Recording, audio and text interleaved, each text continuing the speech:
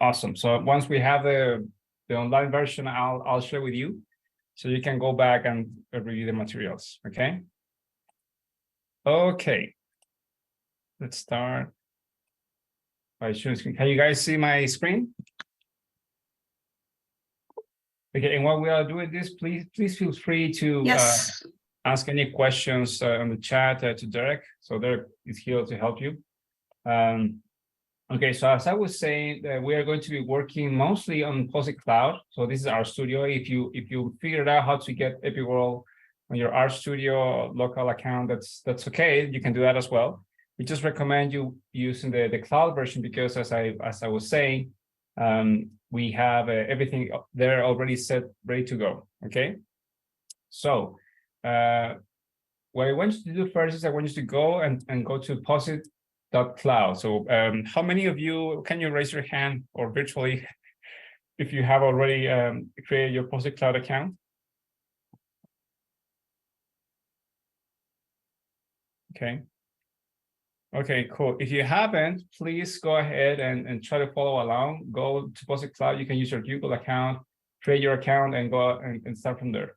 Once you log in, for sure you will see something like this, right? So you'll see content, your workspace, and we sent you some time ago a link to a workspace for epiworld. So if you already joined, that's great. So you can go ahead and click on the menu there, and then click on epiworldR workshop, and you should see something like that, something like this in here. Okay.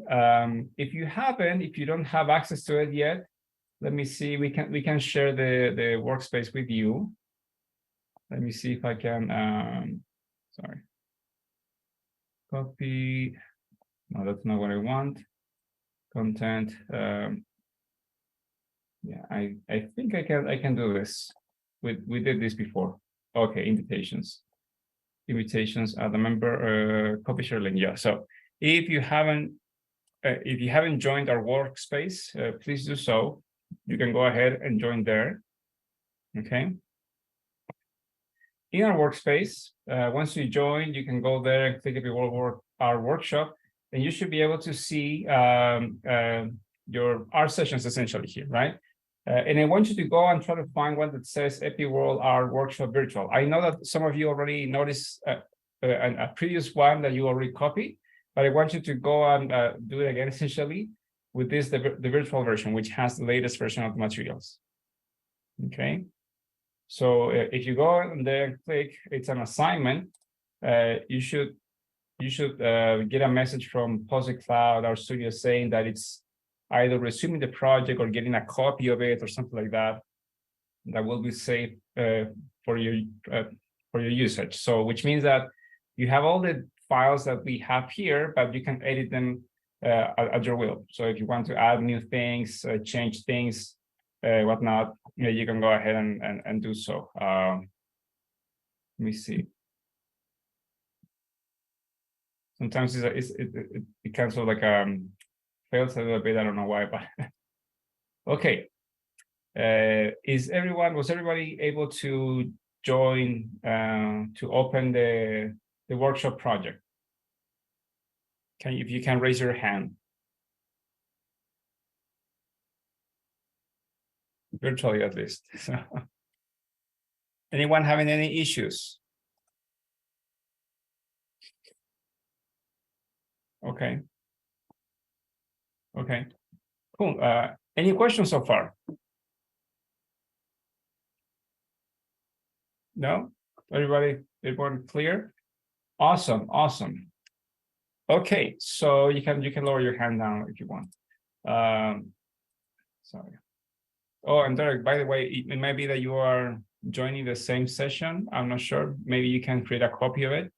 So was everybody able to get a copy? Let me just double check. Let's see if you guys got your own copies. If I can see this. Virtual, yes, you are getting your own copies. That's awesome. Great. Okay. Yeah, so as I was mentioning before, we are using R Studio here. This is a cloud version of it. This will be available for 2 weeks after the workshop. Okay, so you can play with it a little bit. Hopefully, try not to use it that much because they charge me by the minute. I know you already paid, but it's already some money that is going into it. But you can feel free to play a little bit with it. And within the next in 2 more weeks from today, we're going to delete the accounts. So if you want to preserve all of what you have done, try to go ahead and download it before that happens. Okay. Okay, so that's one part. The content that we have here, this RStudio project, actually it's just a copy of a project that we already have on GitHub. So if we go to, I'm going to paste the website on the chat, github.com/epiworldR workshop. If you go to that web address that I'm pasting now on the chat, you will see that we have a GitHub repository with all the materials. We have the same materials that we have here, with the difference that in here we do have also like a website.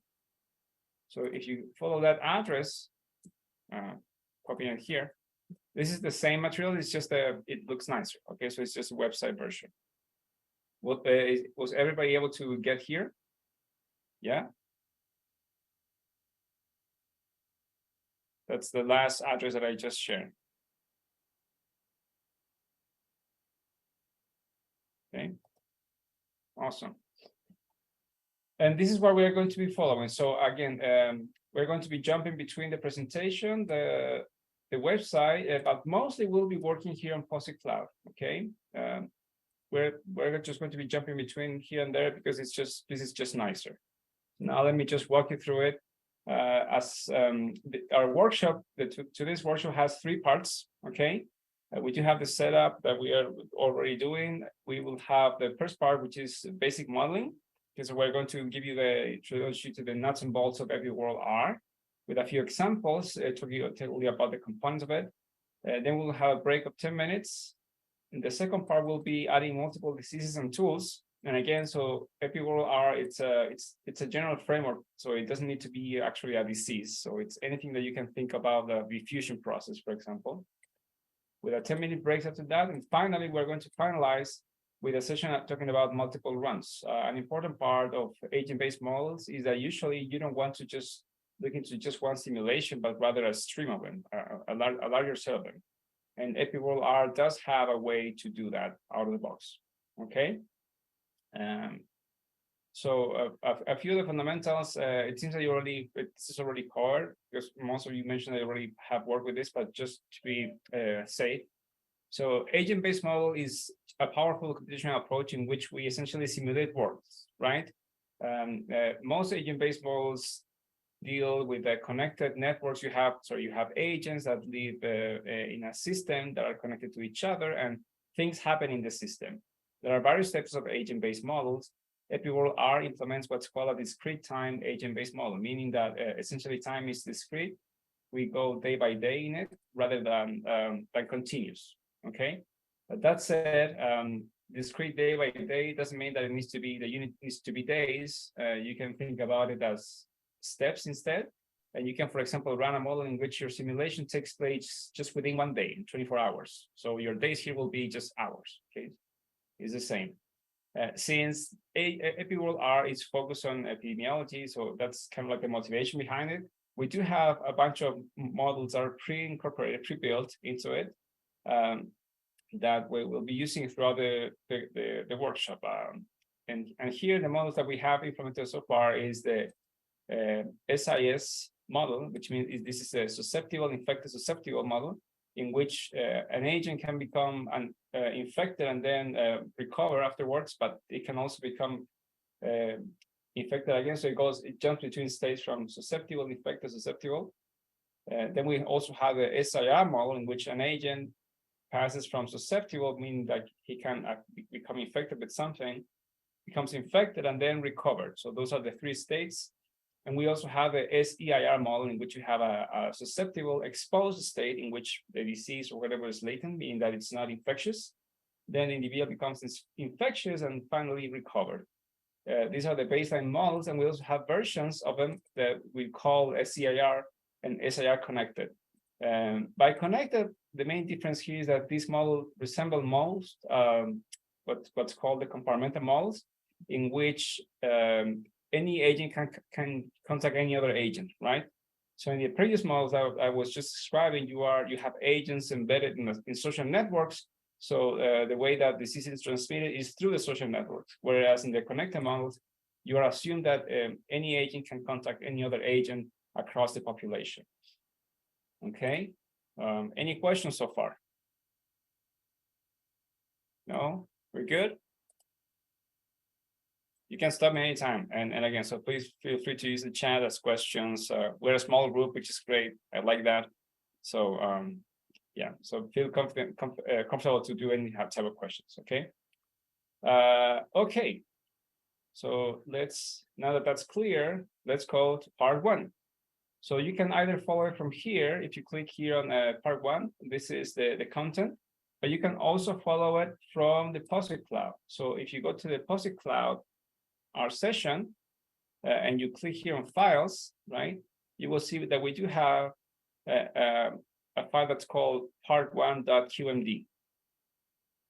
If you click there, you should be able to see something like this.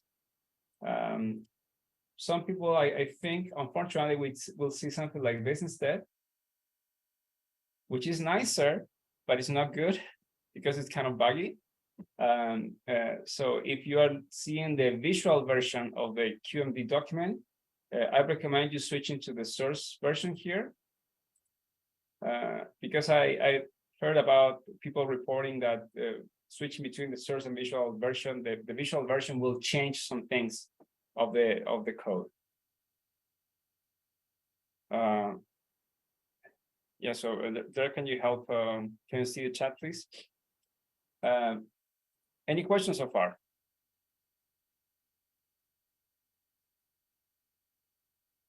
So if you haven't joined yet, so if you just joined, you should take a look at join the POSIT Cloud space. You have to get a POSIT account, and you'll be able to see what we have here. You can ask Derek if you need more help. Okay. How many of you have are familiar with R Markdown? Raise your hand. Okay, or virtual hand or physical hand or whatever. Okay, so most of you. How many of you have heard about Quarto? One. Just one, two. Okay, just two people. Okay, so this is great. Quarto is. Can anyone share with the rest of the group what Quarto is? Ariana, maybe.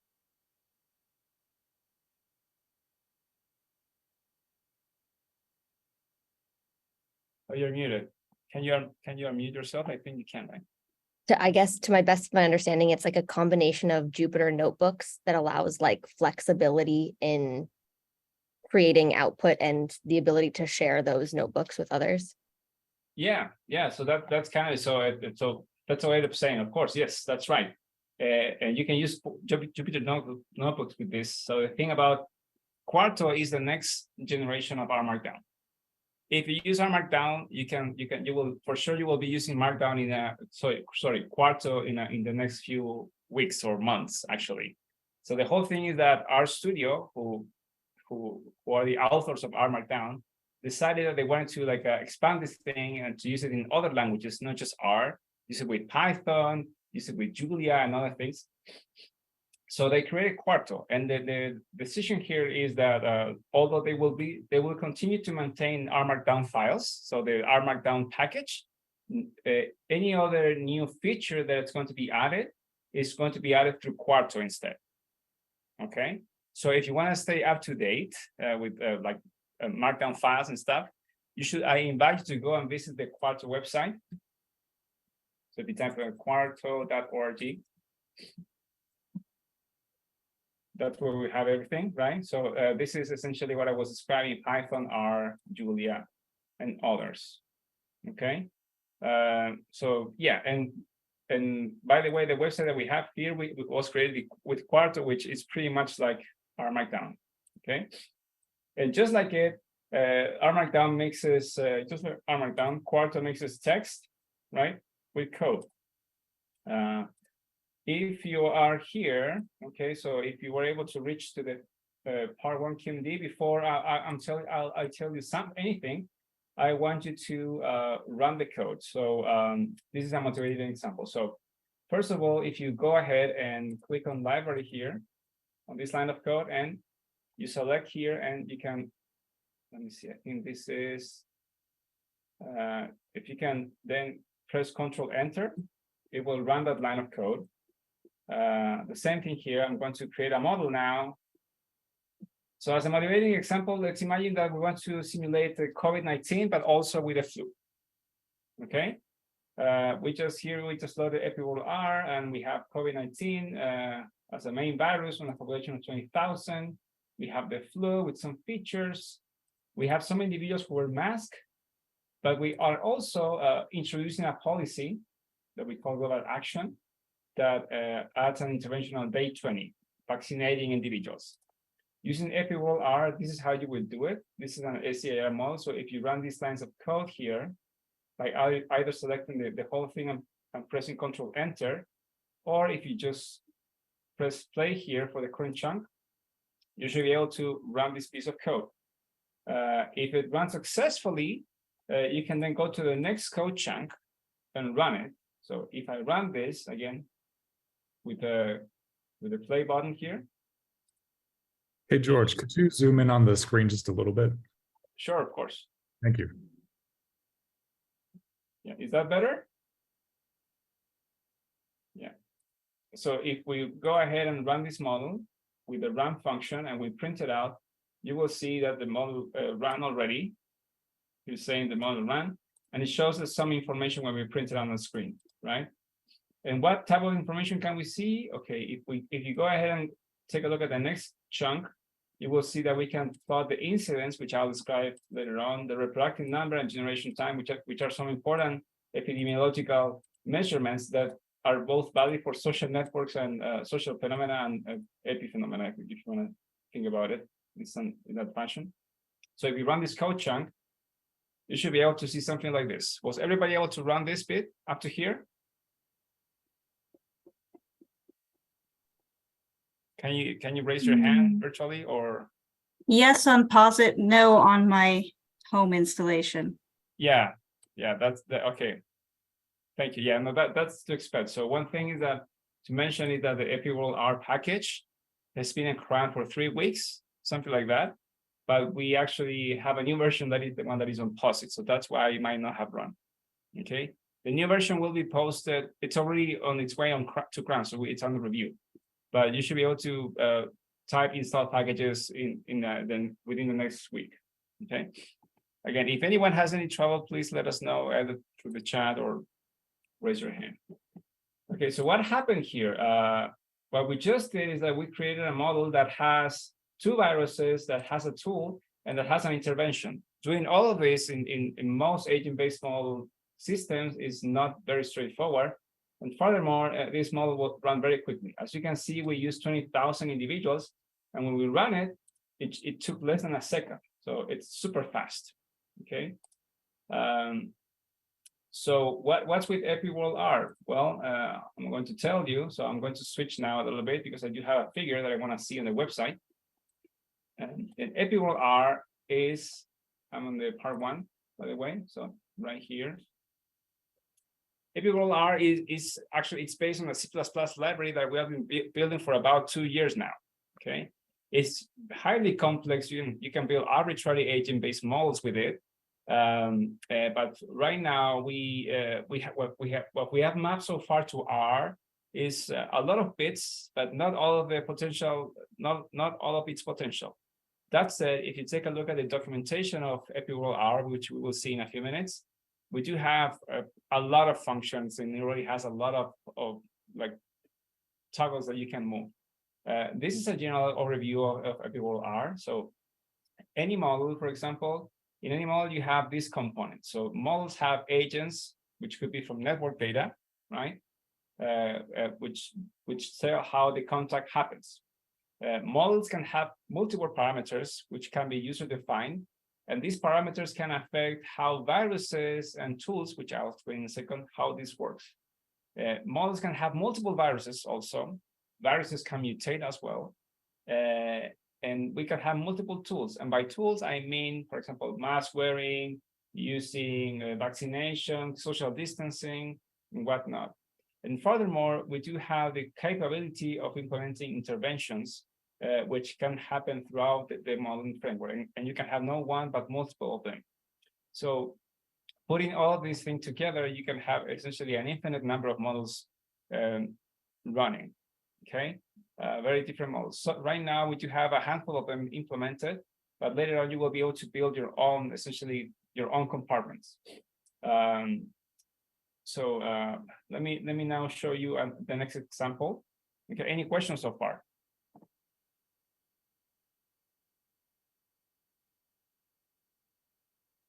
Okay, again, feel free to raise your hand if you have any question about this. You guys might be already experts in agent-based models, so let me know if you have any question. Sorry, I have a quick question. Yes. I was wondering, like, will the model or will the package allow like the changes in the network structure like during the simulation process? Oh, yes. I mean, it's okay. It does allow for that. So right now, the module is not being activated in R, but it's written in C++. And we are bringing in things almost on a daily basis. What you have there, it's what we call the rewiring algorithm. So we do have the probability. You can rewire the network throughout the simulation, and you can change the connections throughout the simulations as well. Also, so those are capabilities of epiworld. Okay. That's fantastic. Thank you. Yep. Thank you for your question. Any other question? And by the way, I'm looking to the side because I have my camera here, but I have you on a screen on this side. Yeah. So, okay. Okay. Let's keep going. So now let's see the next example. Here we are going to run what's called a SIR connected model. Okay. So I'm going to jump back to POSIT Cloud. Okay. I'm here in POSIT Cloud again, so it's under the same file, part1 qm.qmd. If you scroll down, you will see that we have and after starting line 75, we have example 1. So here we're going to simulate an SIR connected model in which we have COVID-19 with 50,000 agents. This is the initial prevalence, so it's a very low prevalence. So which means that just about like 0.1%, maybe 5 agents will have the disease at the beginning. On average, agents will contact each other two other agents in a day. This is the contact rate, and the transmission. This is it's a rate is about 0.5. Okay, 50%, and then the recovery rate, which means that how likely is each agent to recover by the day, is 0.3, like 30%. Okay, so to do that in epiworldR, again, so we already loaded the package. If you go ahead and run model SIR con, you should be able to, it should run smoothly without any trouble. You can verify that it runs by printing the object on the command line on the console. If you do that, you should be able to see something like this: 50,000 agents, 1 virus, 0 tools. Okay. Let's scroll down.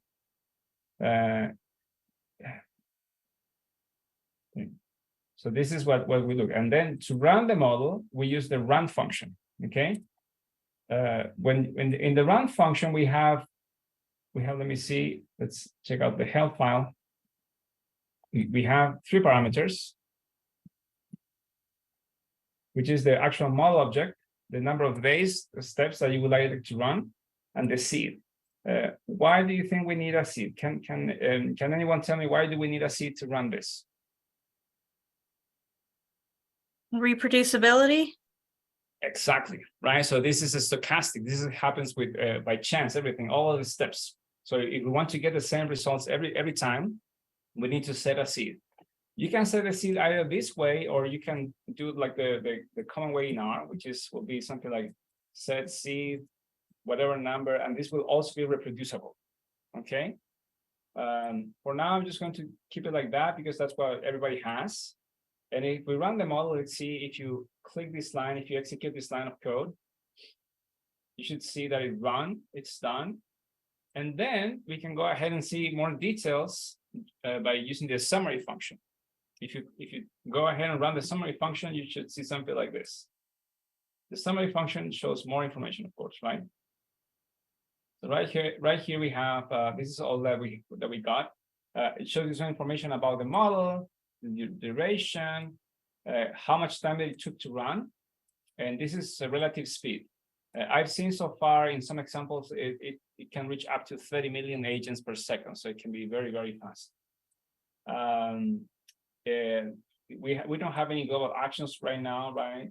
We only have one virus, there's no tools, and these are the model parameters that you can edit later on, okay? And then it shows you what's the distribution of the population from the beginning and then at the end of the simulation, right? So again, here, this is an SIR model, so this is how we started. Nobody recovered at the beginning, 5 infected, and by the end of the simulation, most of the population went through the 3 states and up to recovered. And finally, which is another important thing here, we observe the transition probabilities matrix, which calculates essentially how likely is each agent to move from one state to the other at each point in time. Okay, so for example, susceptible individuals are 5% likely to become infected at any point in time. Then infected individuals are 0.30% to become recovered, right? So on and so forth. Any questions so far? Raise your hand virtually or in person or physically if you were able to run all of this up to here.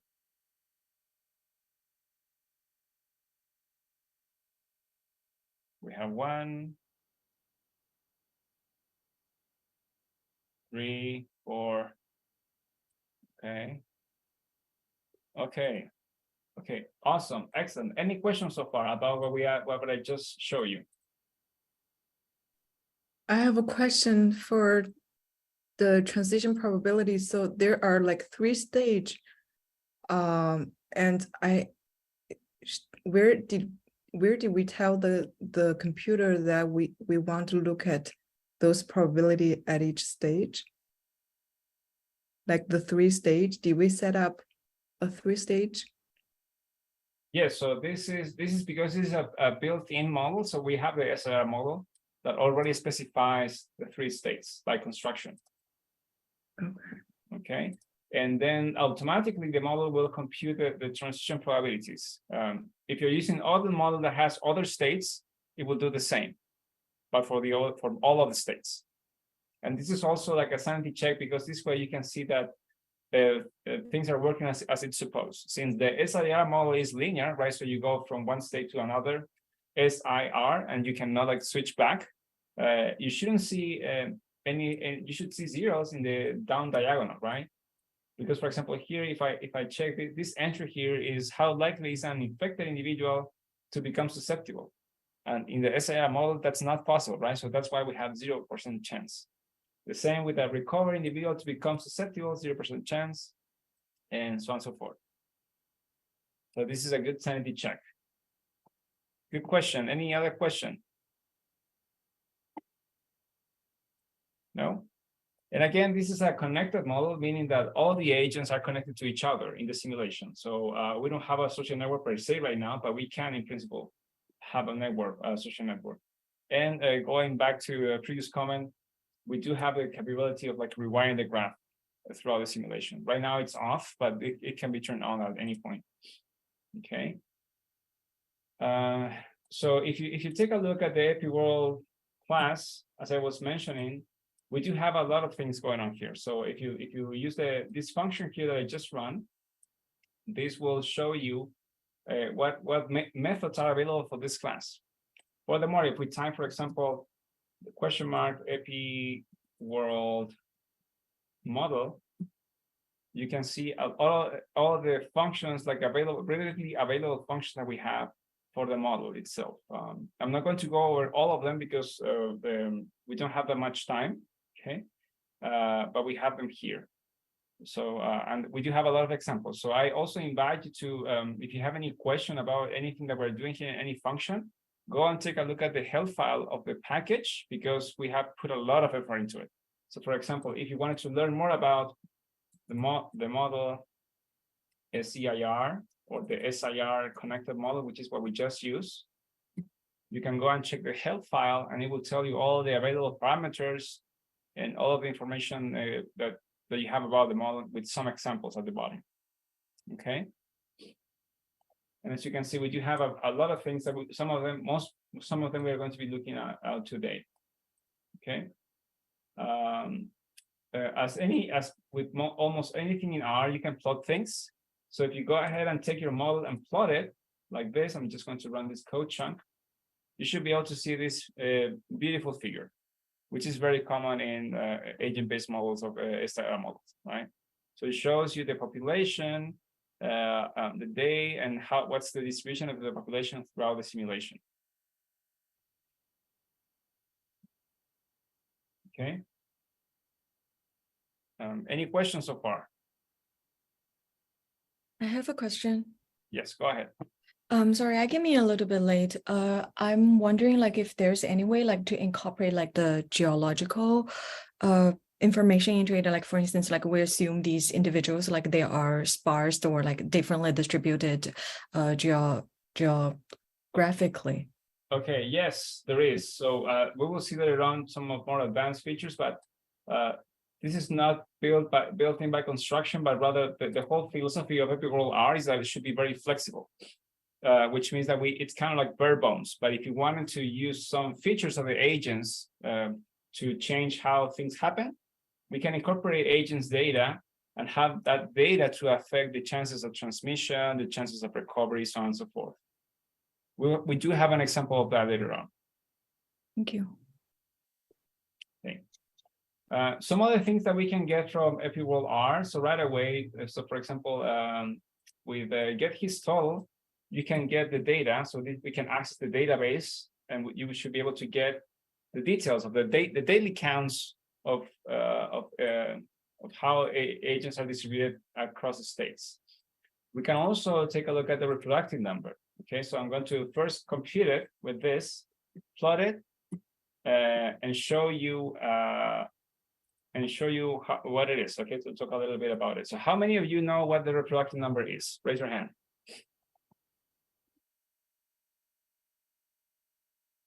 No? Okay, so in epidemiology, the reproductive number is the average number of secondary transmissions. So for example, if an individual acquired the virus in day, maybe 5, on average, this person transmitted the disease to 3 other persons, 3 other individuals, right? So if you remember when we were in the midst of the COVID-19 pandemic, they were looking, the news were somewhat talking about the reproductive number, because if you have a reproductive number above 1, it means that the infection is being transmitted and is being spread throughout the population. When the reproductive number is below 1, it means that the virus is dying out. Okay, and you can compute this for anything, right? So it doesn't need to be an actual virus, but if you think about the diffusion of innovations, how the transmission of ChatGPT is it's going on, you can take a look at the reproductive number. And so we can get that kind of information out of epiworldR. Okay, any questions so far? No? Okay, so we're going to jump into an exercise now, a couple of exercises. We have 2 exercises for you. I invite you to resolve them right here. If you don't like how this looks like, you can go ahead and take a look at the website. Again, the website has the same content. So if you go to exercise 1, this looks almost the same. Okay, but what we want you to do is that we want you to go ahead and create an SEIR model using the SEIR function, okay? Not the SEIR connect function, to simulate an COVID-19 outbreak for 100 days in a population with this prevalence, transmission rate of 0.9, recovery rate of 0.25, and 4 days of incubation day. You should be using the seed 1912 And here's about social networks, which is why all of us are here, I'm guessing. We are going to, for this time, we're going to be using not a connected version, but a small world agents network, okay? In a small world agents network, we have essentially that individuals are connected to, in this case, 5 other neighbors. And with some probability there, we take the connections and we like rewire it across the graph. So we're going to be using a random graph here for this simulation. Okay. So again, you have to build this model using model SIR with these parameters, add an aging small world population with it, and answer the question about how many days does how many days does the number of infections peak in the simulation, okay, and how many infections occur at the peak, okay. So we'll give you a few minutes to do that, and we'll return, okay. Any question about the exercise? And again, if you, we haven't seen this function yet, but you can always use the help file, as I was mentioning before. We do have a very well documented R package. So you can here, you can see some examples about how to use the agent small world function. Okay. Okay, I'll start working on the solution with you guys. Please let me know if you have questions. So for the start, yeah, so since this is time markdown, we need to include a code chunk here. We forgot to mention that, but you can always go ahead and either just copy a previous code chunk, for example, like that. Or you can be smarter and use this button here that's on the top that says insert a new code chunk. So if you do that, you will see this here, and we can now start working. So I'm going to create this model that I'm going to call COVID-19. Very creative, right? And it says, okay, use model SEIR. I'm going to use that function, model SEIR. The name of the model first, whatever, you can choose whatever, COVID-19. Next, we need to give the prevalence, transmission rate, incubation days, and recovery rate. From the exercise, the prevalence is 0.01. 0.01. So, and I like adding the names of the parameters whenever I'm using R in general. This is a common practice for me, at least. Then the transmission rate should be 0.9. What else? The recovery rate, it's 1/4. 1/4. And what else? And incubation days is 4. So incubation days is 4. Okay. This is the name.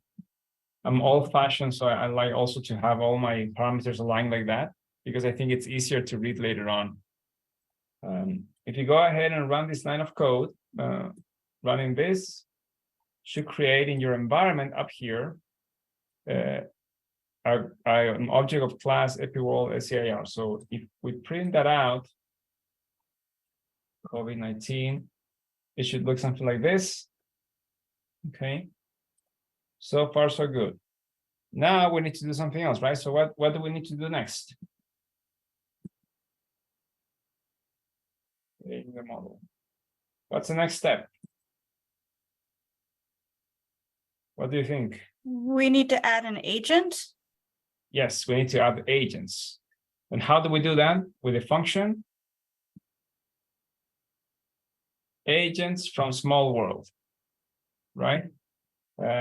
In here, we were asked to create a population of how many? Let me see.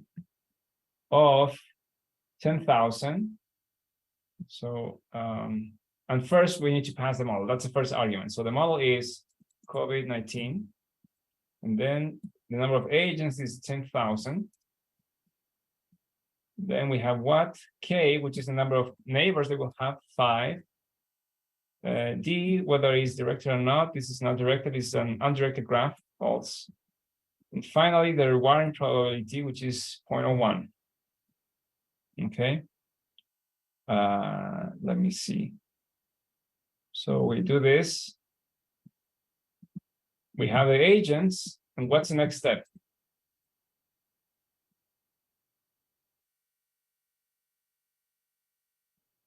What's the next step?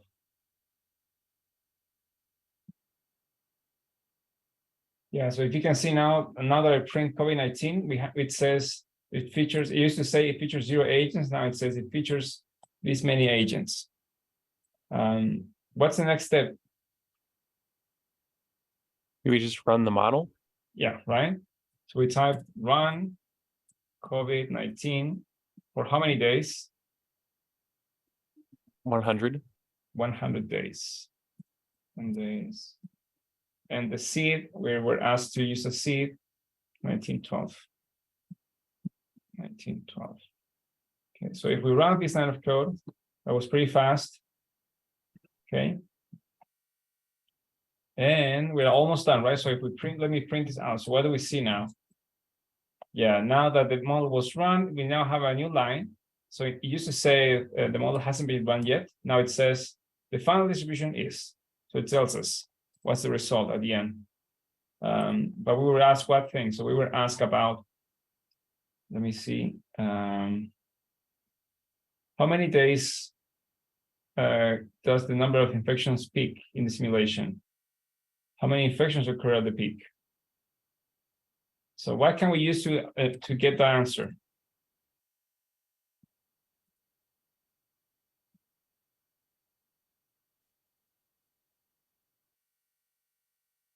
How would you access that information?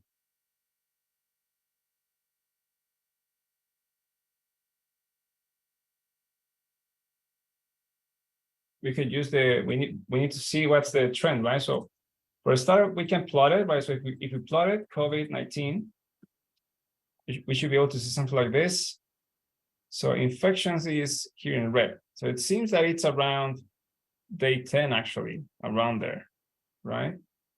But how can we get that information like in numbers to actually see it? Well, we can use the function get total his total, which gives us the daily counts of every state.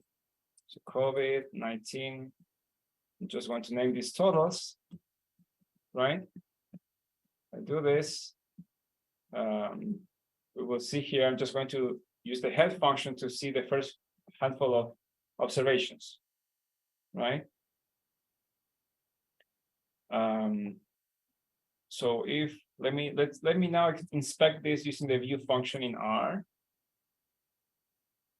If we use view, we will see here the number of exposed. So let's see. Let's filter this out. The state exposed. No, so the infected. That's what we want, right? So the maximum number of infected. When is the maximum number of infected occurs?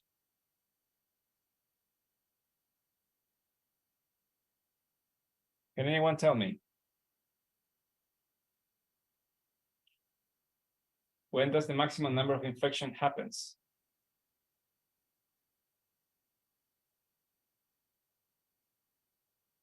$51. Yeah, so roll 51, that's right, but that's on day 12, right? So as you can see here, on day 12, we reach the maximum number of infections. And what's the number of infections? 1,010. So by day 12, we have 1,010 infected individuals in the population. So that's the cusp of the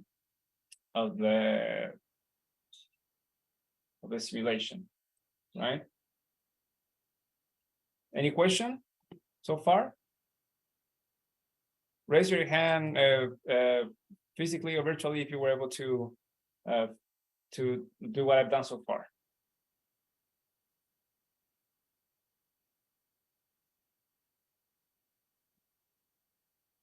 Okay, who needs help? Please don't be shy. So we are all friends here. We're all learning, even us. So it looks like my code is running and I'm getting an output, but my output is very, very different from the one that you are getting. Okay. Okay. That could happen. Okay, so would you be willing to share your screen? Yeah, just 1 second here. Let me. Okay, you should be able to share your screen now, and we can inspect it directly. I think I need you to stop sharing first. Okay. Oh, okay. I see. Go ahead.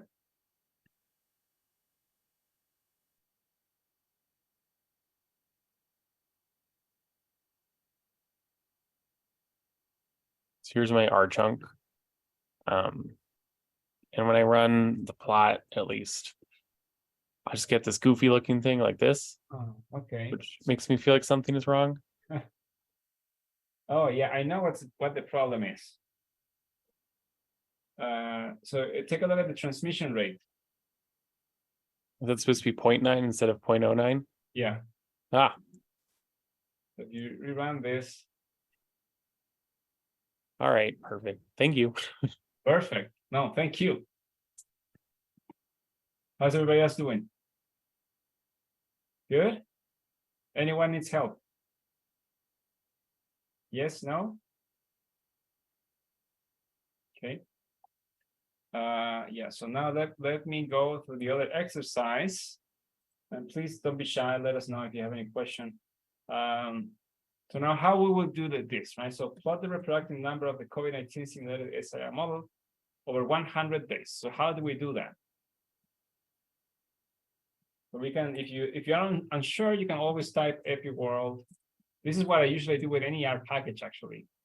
I will go ahead and go to the manual, to the health file of the package. By the way, you guys are seeing what I'm seeing, right? So the RStudio, the POSIX Cloud. Yeah, George, we need you to share your screen again. Okay, that's a great point. Thank God I asked. Okay. Okay, now you can see what I'm saying.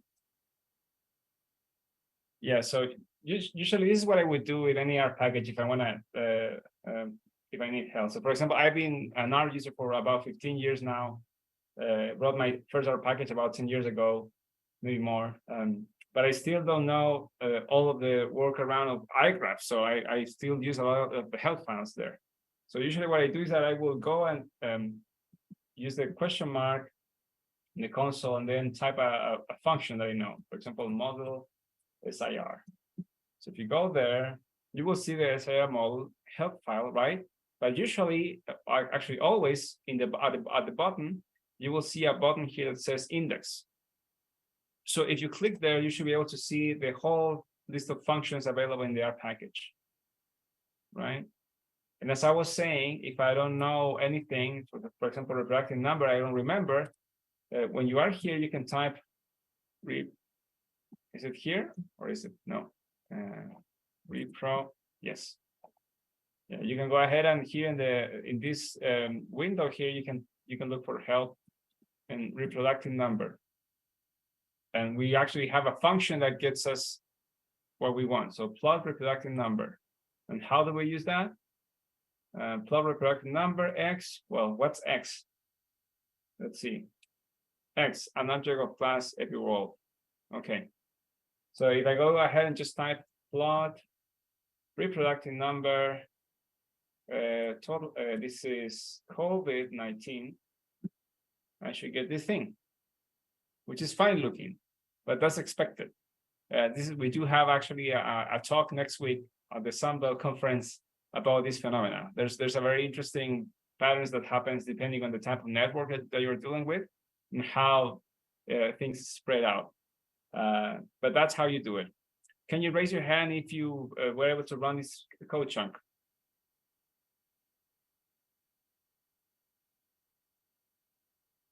Okay. Awesome. Any questions so far? No? Okay, perfect. So we have reached the end of the first part. Okay, we are right on time, I think, maybe past a couple of minutes. Let me see the home page now. And after this, we do have, no, I think we are right on time. That's awesome. That's unexpected. So we have 10 minutes now before we start the next session, which will be about adding multiple diseases and tools. Okay, and we do have some examples with social networks, of course, in there. And I think that with the diffusion model, network diffusion model. So I'll see everybody back here in about 10 minutes. So at 1:10 my time here. Okay. If you have any questions in the meantime, please let us know. We are here to help. Okay, so I'm just going to stop sharing. Awesome. Yeah. So now we're going to jump into the second part of the workshop. Okay. And by the way, something that I forgot to mention, so the package itself, it also has a website online besides of the workshop. So if you go to the homepage of the workshop, you will see that we do have a link here. And if you follow that link, it will get you to the R package website. Okay. In there, one thing that it's not available on POSIT, but it's available on the website right now, is we do have some articles giving some details, okay? And in particular, I'm interested about the implementation details because some people have asked me before, so how are you computing the probabilities? How are you doing what you're doing, okay? So if you go here to this section, we do have some more like technical details about how things work under the hood. And especially about how transmission happens and how things and how the tools and all of that works. Okay, so if you're interested in the like math part of the models in general, I invite you to go to the package website and visit the article section, the implementation details. You will see more about it there. Okay, this will be available on the R package of CRAN, but the current version doesn't have it just yet. Okay. Okay, any questions from the previous session? No? Everybody good? Can you do thumbs up if you are okay so far?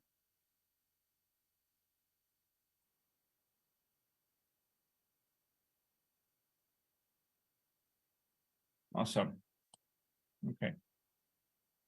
Melissa, you have a question? Oh. No, I Yes. just accidentally left the thing. Oh, I see. Okay. Awesome. Okay. So now for part 2, let me go back. We do also have, again, a quarter document here for part 2. So if you click here on part 2, you should be able to see a file here that looks like mine, okay? That has all the code and the text that is also exposed in the website, right? Okay.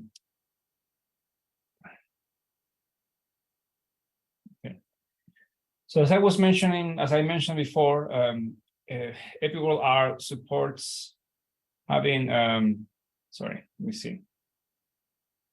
I keep forgetting. Derek, were you doing this part or not? Sorry. Yeah, I was going to do this part. Okay. Sorry, just too many things going on. But okay, so Derek, would you like to share your screen instead? Sure. Okay, so Derek is going to take the lead now. I'm going to stop sharing now.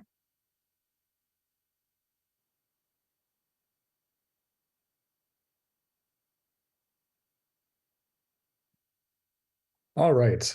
So what we did in the first part was just some basic modeling and some basic plotting. So what we learned in part 1 is going to be like your bread and butter for the rest of the workshop. We're just going to be building off of that. So one of the coolest capabilities of epiworldR is that we can add multiple diseases and tools. So just to show you guys an example to start off, how exactly we can do this. So we're going to load in the library. And we're going to use the same model structure that we did for part 1, so a SIR connected model. And we're going to have this model be simulating COVID-19 with 50,000 individuals, a initial prevalence of 0.0001, contact rate of 2, and the rest of the parameters are right there. So we're going to go ahead and build this model, and we're going to run it for 50 days.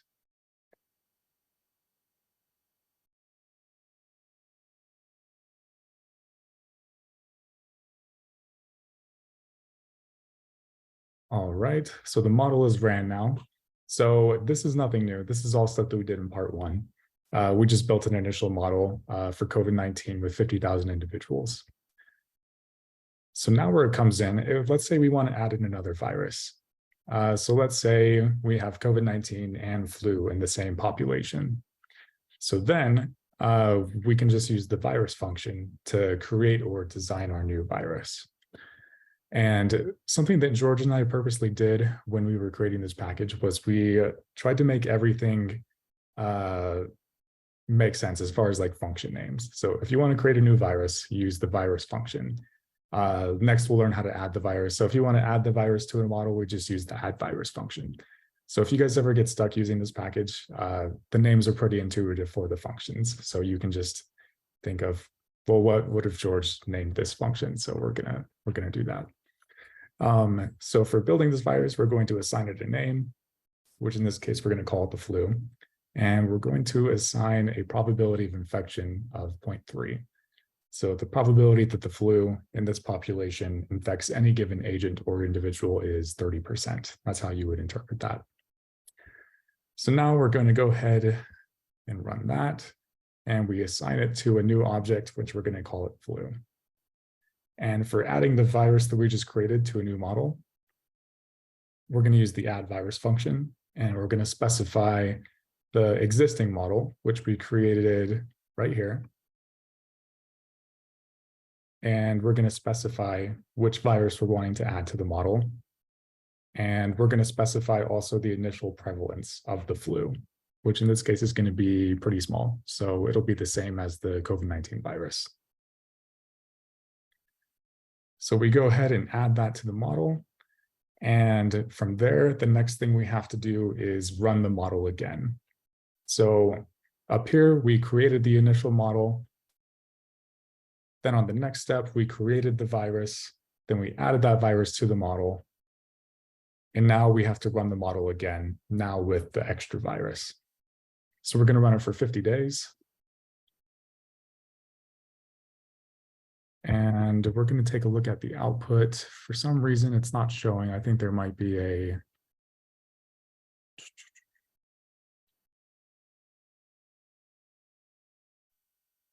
I think you're good. You need to use the summary function, I think. There we go. Awesome. So then we get the model output, and this is with both viruses. And you can tell by if you go down to the viruses section right here, we see there's the original COVID-19 virus with a prevalence of 0.01%. And we can also see the flu virus that we just barely added in, also with the baseline prevalence of 0.01%. So that's how we know that it worked. We can just go check in this section and see if both viruses are there, which in this case they are. So we are good to go. And then we can interpret these parts the same way we would as in part 1. So these are the model parameters that we specified: contact rate of 2, recovery rate of 1/3, and transmission rate of 0.5. And we can also see the distribution of the population at day 50. So we started out with this many susceptible individuals, pretty much the entire population, and the number of infected individuals. So if I recall, for part 1, with just the COVID-19 virus, there were 5 infected individuals because it was 0.01% of the population. So if we added another virus that also has that same prevalence, then that's going to add another 5. So the math checks out here. Yeah. So Nan and Melissa have a question. Yeah, so I have a question about the flu. I think like I add like a virus flu twice. So like in my summary, it has flu twice. So like I just want to ask you guys, so like if we happen to run it twice, like do we like just add more flu? Yeah, so you can add as many as you want. But if you make a mistake and accidentally add one too many times, there's actually a neat function called remove virus. And so that's kind of jumping ahead here. But if you wanted to remove a virus that you didn't want anymore, you accidentally added in. So we'll talk about this more, but so we'll come back to that. Thank you. Yeah. And And Melissa had a question. Yeah. In the new version, can you go down to the results again? Sure. Yeah. There, the population distribution for susceptible, infected, and recovered. Is that for both viruses and or now, or is it still only for one of them? Like what does that refer to now? are you talking about the section right here? Yeah, since we have multiple diseases. Right. So correct me if I'm wrong, George, but what this means, so it's going to include both viruses in these interpretations. So combined, there are 49,990 individuals who have no disease but are still susceptible to receiving it. Here, there's 5 individuals with the flu and 5 individuals with COVID-19. So it combines together, it meshes together. Right. Okay, so the susceptibility could be to one or both. Yes. That said, you can also always get the history of the viruses independently, right? Because here, if you use the function get his total, it will get you the sum of across states, right? For each one of the times in each one of the steps in the simulation. But we do have a function that's called get. I think it's get his virus and get his tool, which will tell you how many individuals with the virus were in that and that state at each point in time. So you can get those details as well.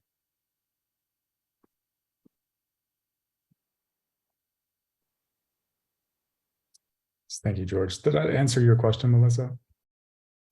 I think so. Okay. Just let us know if there's anything else, all right?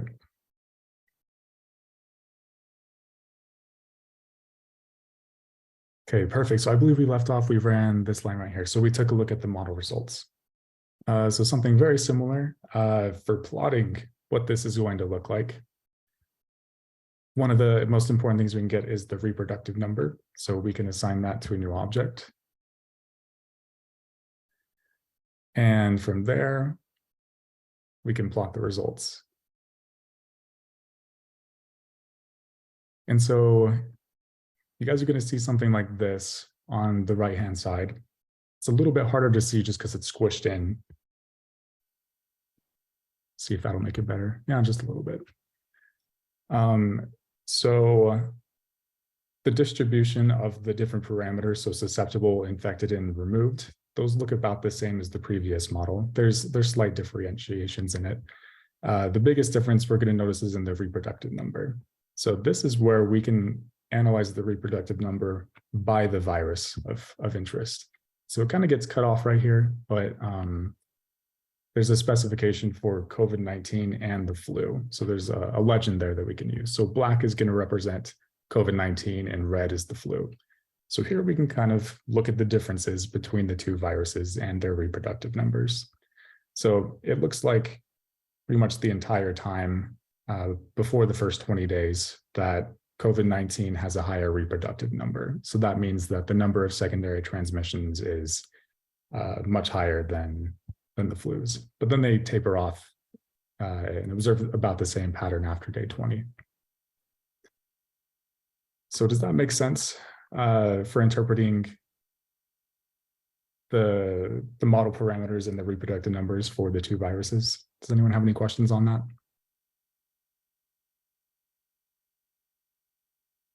Yeah, so for the plotting, you can, if you rerun the plot, it should show up the legends properly. Now that you have maximized the plotting window, if you just rerun it, there you go.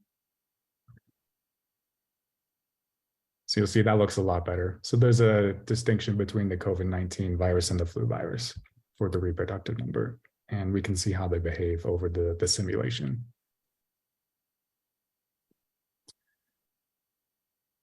All right, so that is how you add multiple viruses. And just as Nan kind of brought up, you can add as many viruses as you want. And the way you remove a virus is by using the remove virus function. So let's say we wanted to get rid of the flu virus from the model that we just created and add the flu virus to. We specify which model we are concerned with, and we're going to write down the position of that virus. And so keep in mind that the way we coded this, indexing starts at 0. So 0 is going to represent COVID-19, as we can see with the plot over here. And 1 is going to represent the second virus, which is flu. And you can always tell that by looking at the plot of the reproductive number, or by looking at the results from the model output. And let's say that we want to create a tool. So something like a vaccine or masking, something that can be applied to the population of agents to interfere with the spread of the diseases. So in this case, we'll teach you how to make a vaccine. So we're going to use the tool function. We're going to specify the name of the tool, which is vaccine. And these 4 parameters are going to be the same no matter what tool you're adding. So it could be vaccine, could be masking, something like that. You're still going to use these 4 parameters. They're just going to vary by the tool that you're wanting to implement. Yeah, sorry, parenthesis. So again, this is very, very general, right? So you can think about a tool as a political party, right? So if you are thinking about vaccination, so we're now analyzing the spread of vaccination.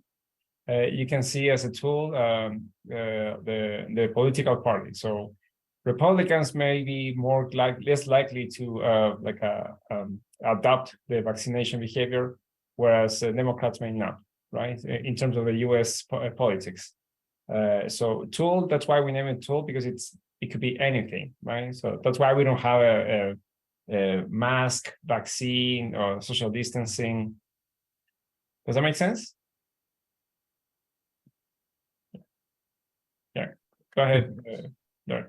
Yeah, thanks, George. So this parameter here is susceptibility reduction. We're going to say that it's going to reduce the susceptibility for any given agent by 90%, which is pretty significant. And same thing, transmission reduction, it's going to be reduced by 50%. And same thing with these other ones as well. So the vaccine, this is what we would expect the impact to be on any given disease. So then from there, it's very similar to the virus. We're going to add it to the model using the add tool function that we see right here. So again, we're going to specify which model we're interested in adding the tool to. We're going to specify which tool that we're adding to the model. And we're going to specify an initial baseline prevalence. So this right here is saying that we're assuming 50% of the population in this model is going to be receiving the vaccine. And so what's great about all these viruses and tools that you can add is you can kind of play around with it and see how the model or the simulation is going to behave based on what you decide you want the parameters to be. So it's interesting. It's kind of like a big sandbox. You can see what's going to happen based on what input you give it. So we're going to go ahead and run all of this. We're going to run the model with the added tool. And again, we're going to plot the reproductive number of the new model with the added tool, but also taking out the flu virus. And here, I don't believe we've showed you this yet, but there's a function called plot incidence where we can observe the daily incidence of the disease itself. And so if we look here at the far left on this graph, the way to interpret this is on day 0, you would see about 4 infected individuals on that day. And then it continues on down the line. And we can also observe the reproductive number over the course of the simulation.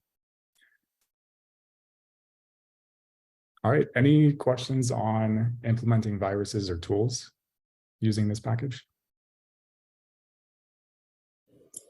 I actually have a quick question of the visualization codes. So if I was wondering, like, if it's possible to have a graph of the network to show sort of some stage in the transmission process. Yes, it is possible. And we're going to kind of show, that's going to come later in this part, I believe. And George is going to talk. Okay, But yes, it is possible. great. Great, thank you. Yeah, you're welcome. I have a question about the parameters that you guys chose. I was wondering, how did you guys normally choose these parameters? I was thinking about like using machine learning, for instance, like to train the data. I was wondering, like, yeah, just how you guys normally do like choose these parameters. Yeah, that's a good question. So George and I were actually working on a package to kind of figure out these parameters using machine learning.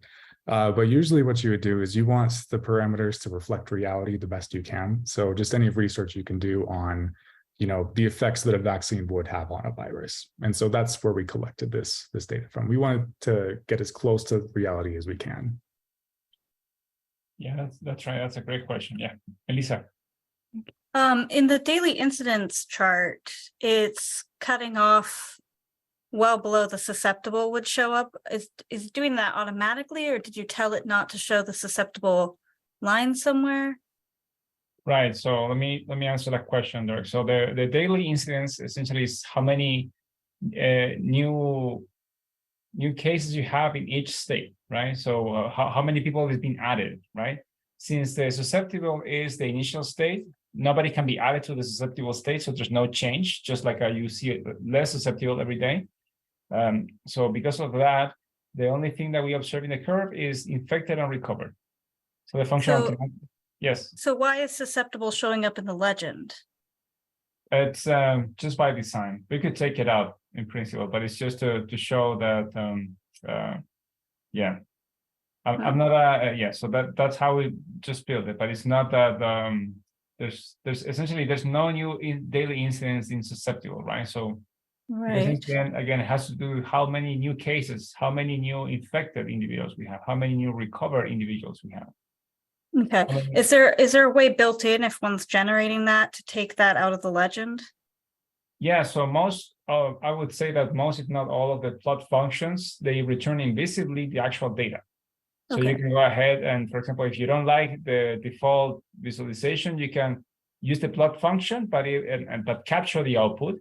And then you can use the data used for plotting that to plot it using ggplot or whatever tool you want to use. Okay.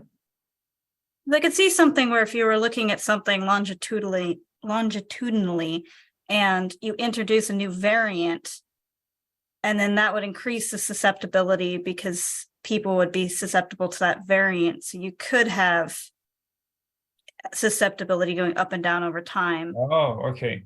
Potentially. I don't know. For sure. Again, so that's for sure. So for example, in the SIS model, that could happen for sure. Right? Because individuals right after becoming infected, they recover and become susceptible again. So you can have changes in the number of in the incidence of susceptibles. For sure, yeah. No, that's a great point.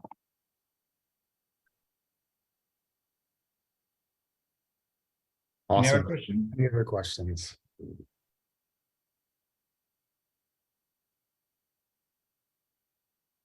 Perfect. Yeah, as always, if you have any questions about this, just feel free to put it in the chat. Something that we didn't demonstrate here. So just like we're able to remove a virus, we can also remove a tool using this function. And so same thing as the remove virus function, just specify which model you're interested in and which tool that you want to remove. All right, from there, George is going to talk to us about comorbidities using logit functions. So George, I'll stop my share and then you can share a new screen.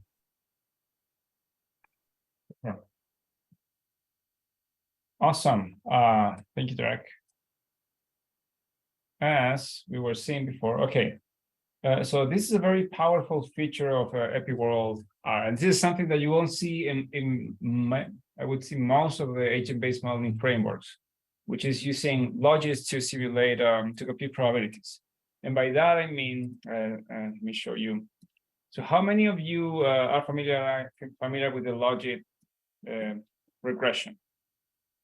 Can you raise your hand if you're familiar with the logit regression, virtually or physically?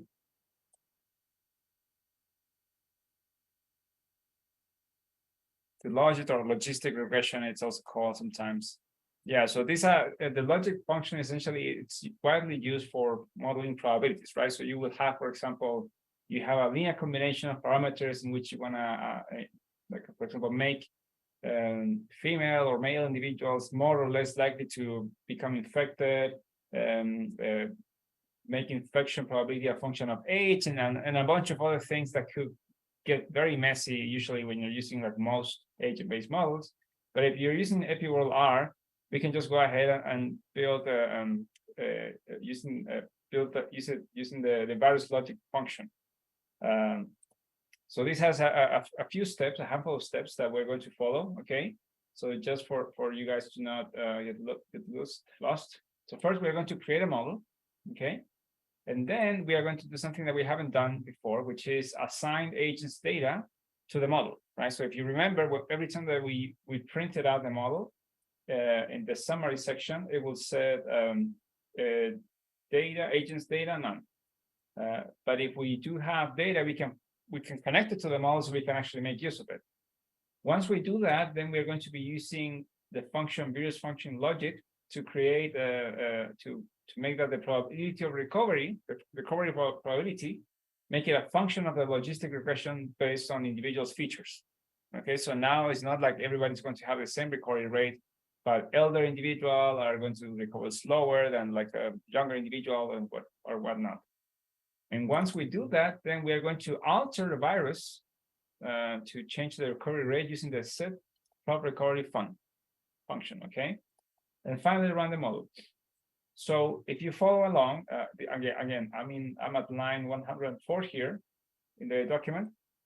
Let's start by creating the model of comorbidities using an ACIR connected model. Okay, a flu, 10,000 individuals, that prevalence, that contact rate, transmission rate, incubation days, recovery rate. So starting by create the model. Okay, so we created the model. I can print it out. It will show us this information. This many agents, one virus hasn't been run yet, 4 states. Now I'm going to create the same model, but without comorbidities. Okay, so I'm doing this just to compare what happens if we use with or without comorbidities. Okay, so it's essentially kind of like a copy of the model. So I'm creating this copy. Okay, now the next step is to add the data. Right now I don't have any actual data, but I'm going to simulate a data set for us to use in the exercise. So what we do here is, again, since this is a simulation, I'm making a very simple data set that reflects obesity in population, right? So if we run these lines of code, I'm just setting the seed since it's random, creating a matrix, and then looking into the data. This is how the data set looks like in my case. I have a baseline 1, and then the obese 0, 1 indicator variable. Again, you can have more things here. If you have age, you can have age, gender, or whatever other feature you want to add to the model. You can add, for example, rural versus urban, etc., etc. And now that we have this data that has, I think it's 10,000 individuals, we can go ahead and use the function set agents data to map the data set to the model. And how do we do that? Just like this, we specify the model and then specify the data set, which is a matrix. So we do this, we print it out, and let me just look at the summary instead. If we look at the summary, we will see now that in agents data loaded, it says yes, 2 columns features. So now that changed, right? So we are done with steps 1 and 2, and now we are going to create a function. Any questions so far? You guys following? Anyone needs help with anything?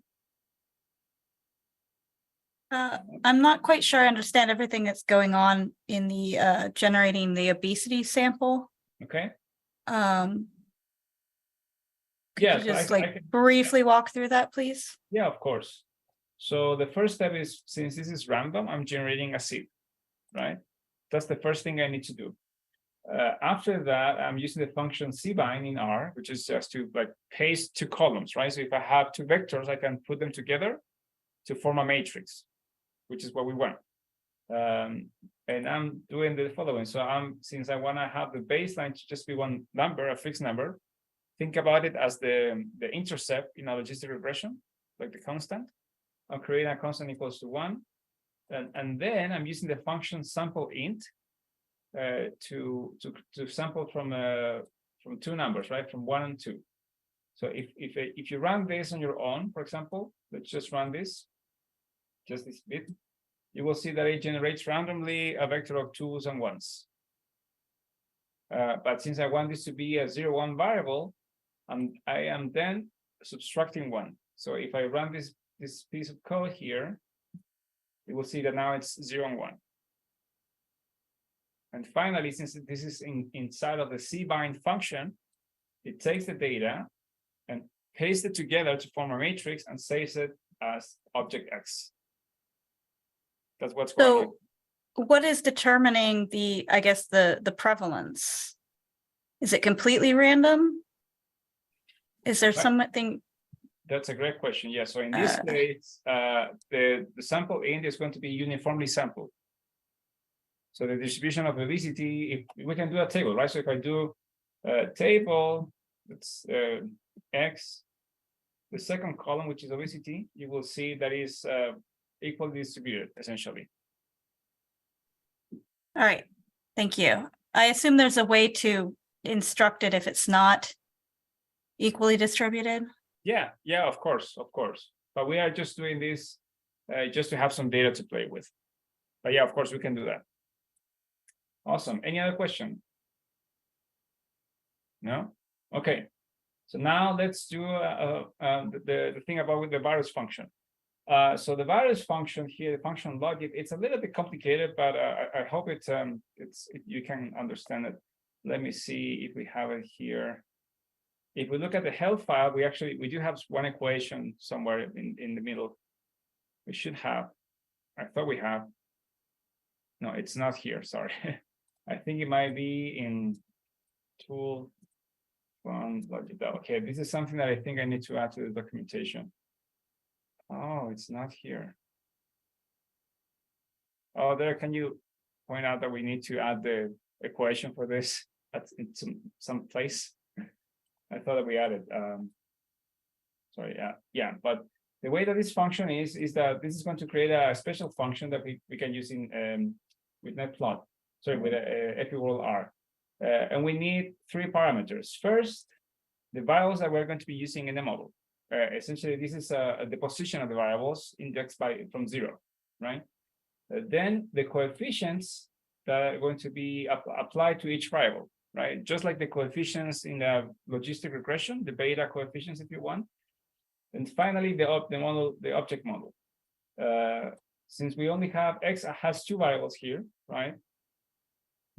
So we have the first 2 columns. I'm indexing this from 0, so I'm using the 0 and first variable, essentially index in terms of the model. Remember that most things here start from 0 because we have C++ under the hood. The next thing for coefficients, I'm just being fancy here. I'm not going to go into much details, but this is how you would make essentially that obese individuals will last twice in recovering from the virus. I'm just making here some math, but the thing is that you can, in principle, you can have any vectors here. So it could be something like, I don't know, -1 and -2. Those are your coefficients that you want to apply for this probability. Okay. So once we create this, and finally the model object, right? So this is going to be linked to a model, so we need to add it. So we now added the thing. I'm sorry. What am I missing here? If we run this piece of code, I think it should work. Yes, it works. So if we print it out, you will see that it tells you this. So this is an epiworld virus function object that it's mapped to this model. And it was built using the virus fund logic with the following coefficients. For variable 0, it's -1.1. And for variable 1, it's -0.95. These are the coefficients. Okay. So now that we have this, we can go ahead and use this function to compute the probability of recovery in the model. And how do we do that? Well, any probability in tools and in viruses can be changed with the functions set probability something, right? So if you see here, we can modify the set probability recovery function. I'm just getting the first virus here. So if you see here, this is the model.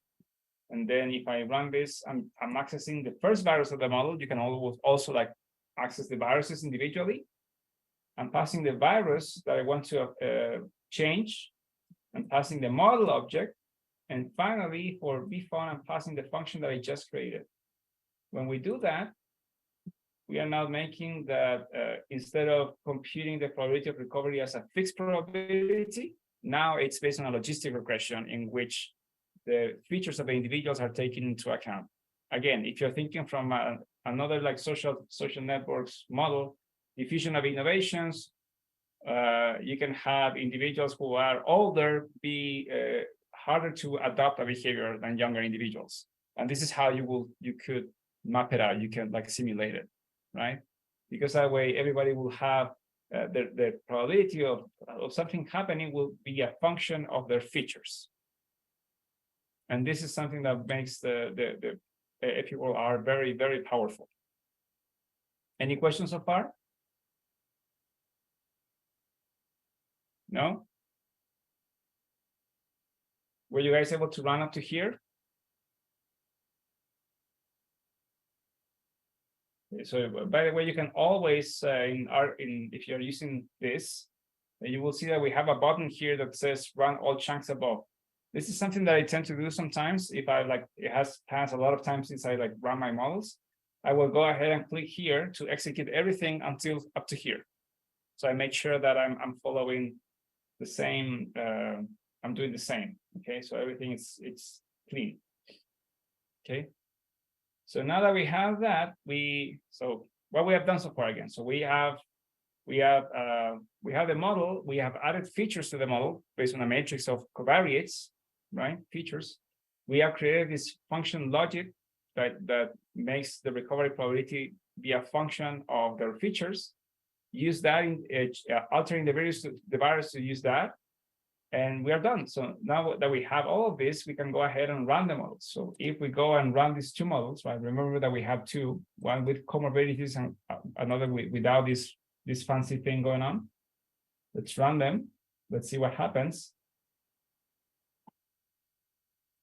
And we can now take a look at the results, looking at the incidence. Okay, so what happens with and without comorbidity? So I'm going to plot this, running this section. There you go. So as you can see, this is the daily incidence, right? So exposed, infected, susceptible is not showing here as before, right? Because we don't have new susceptibles in this model. So that's how it works. But as you can see in the model with comorbidities, by day 30, we have a peak of about 700 exposed cases. Whereas in the model without comorbidities, the peak is afterwards, around day 40, but with fewer cases. So we do have a difference. And this is telling us that the thing worked. It worked out. Does it make sense?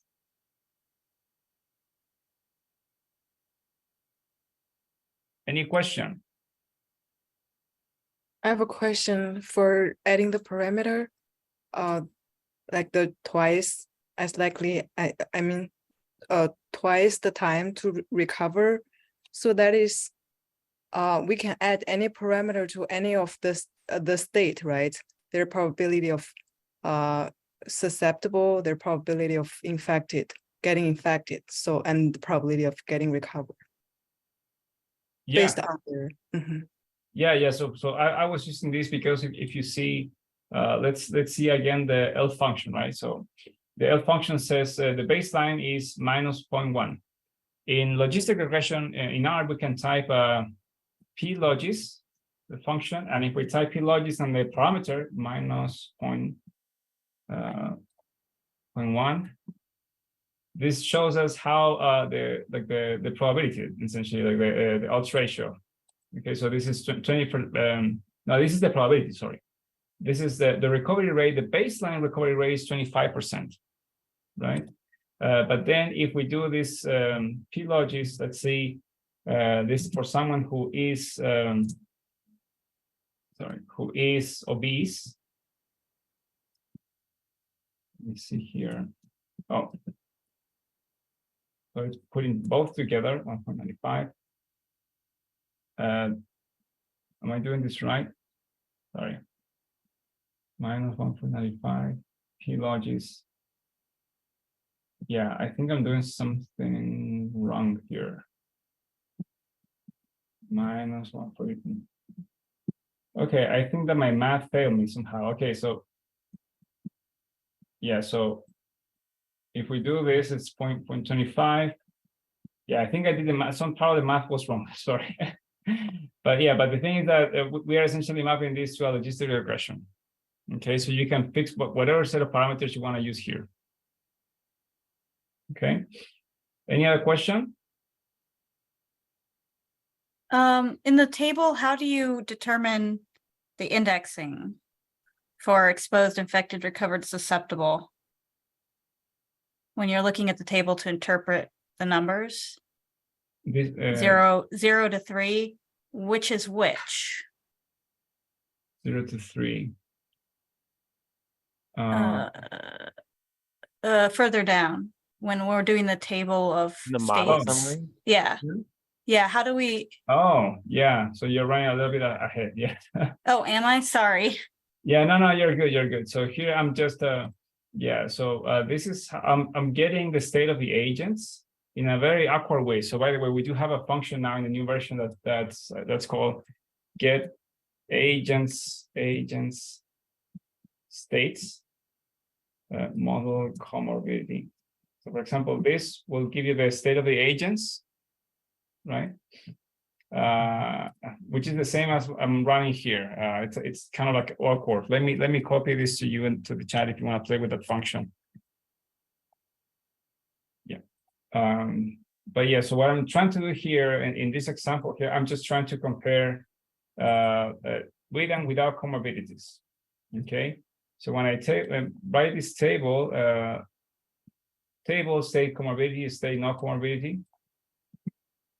It's mapping them like this. In the model, originally they will be these names are the indices actually. So if you print the model comor, you will see that let me see. Oh, it doesn't show the states here, but if you look at the summary of the model, we'll see this thing here. Susceptible, exposed, infected, recovered. 0, 1, 2, 3. That's how you can see the mapping of the states. 0, 1, 2, 3, 0, 1, 2, 3. Does that make sense? But which is which state? Oh, so 0 is. Oh, there they are. Okay. Okay, I Sorry. see. Yeah, that's how you can look at it. Okay, thank you. Yeah. Yeah, and here I'm just trying to compute some correlation, but I'm going to skip this a little bit because of time, okay? But the point of this part of the section is just to show you that we do have you can make the probabilities of acquiring or transmitting a disease or whatever a function of the individual's features using these logic functions.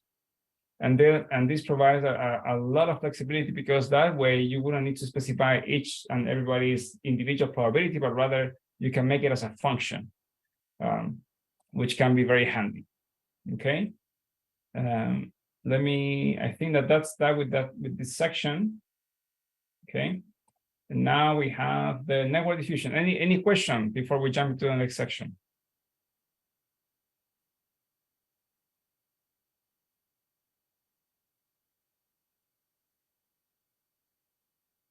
Okay. Let me see. Okay, Derek. So I forgot. So is it me or you who will do this section? It was you who was going to do the section. Okay. Thank you. Okay, so the next step is to work on network diffusion. I'm sure that you have heard about the net diffuser R package before. That's an R package that I wrote a couple of years ago. diffuser. If you haven't, then I'll recommend you taking a look into it because it's very useful. And it does some of the things that we're doing here. The idea now is that we do, besides of the SIR model, we also have included a model that's called the model DiffNet. Oh, this is the one that had the equation, I think. Yeah, sorry. In the diffusion of innovations model, essentially what happens is that something is being diffused throughout the network, right? Could be a disease, but in this case, I'm thinking about adoption of ChatGPT or whatever, adoption of whatever thing you want to think of. But the adoption is it's not a transmission directly, but rather it's a function of how many of your exposure, how many of your neighbors have adopted the innovation, right? And how we do it, we also use logistic probabilities here.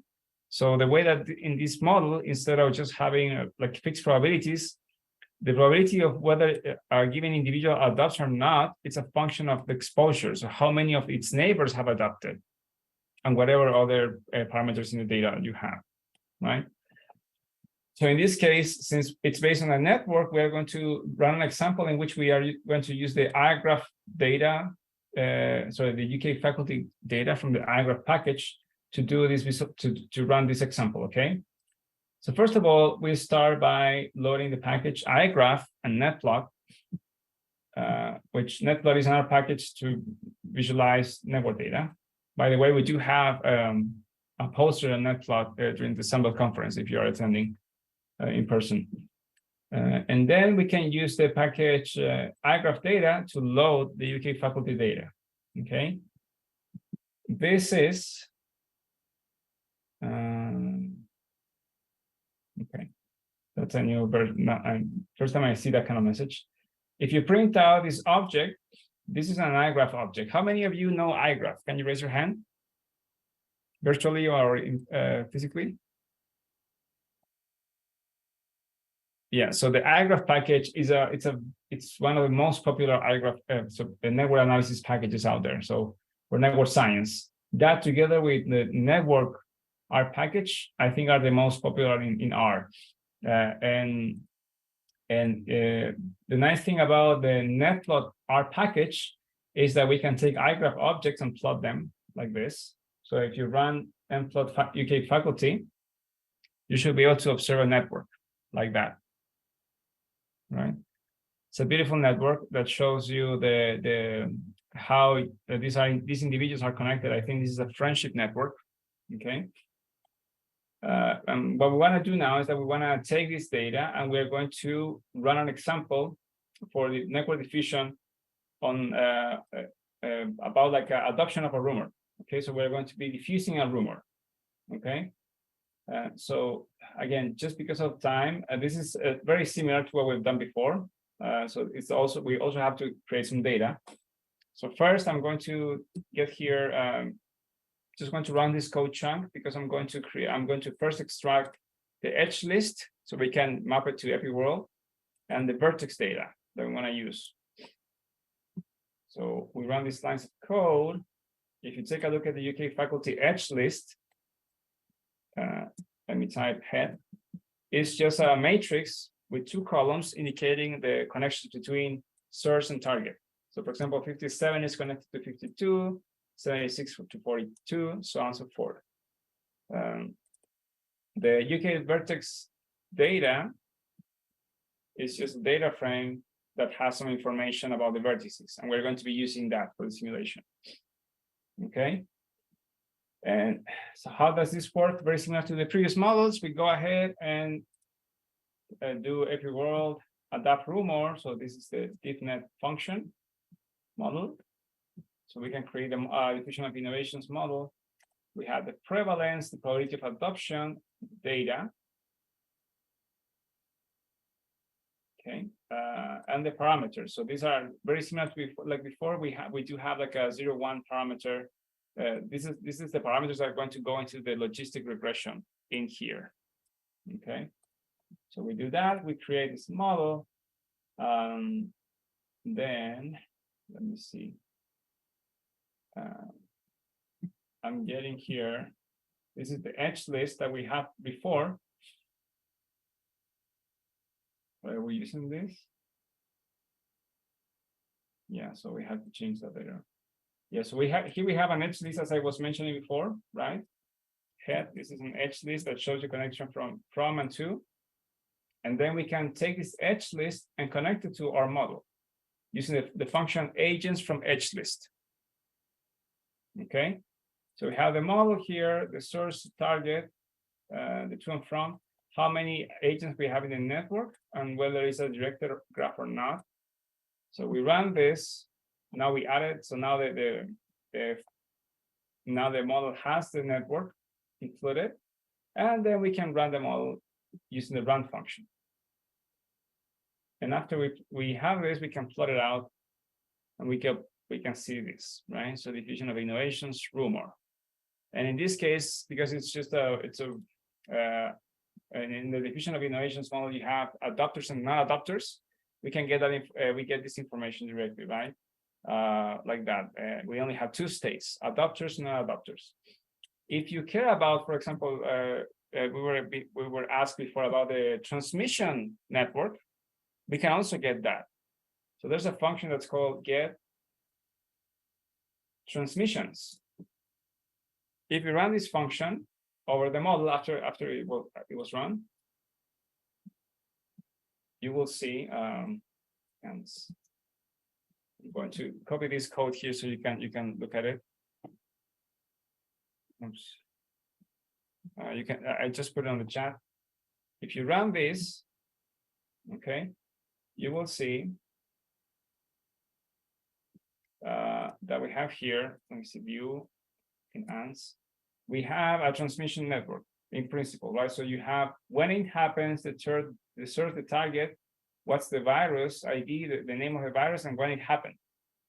So with this information, we can essentially build who transmitted to whom. Again, in the case of the diffusion of innovations, it doesn't matter too much because you can essentially acquire the infection, the virus from any of your neighbors. But you can get this information, as you can see here, right? So then you can play and build networks based on the source and target, like new networks based on this. Any questions so far?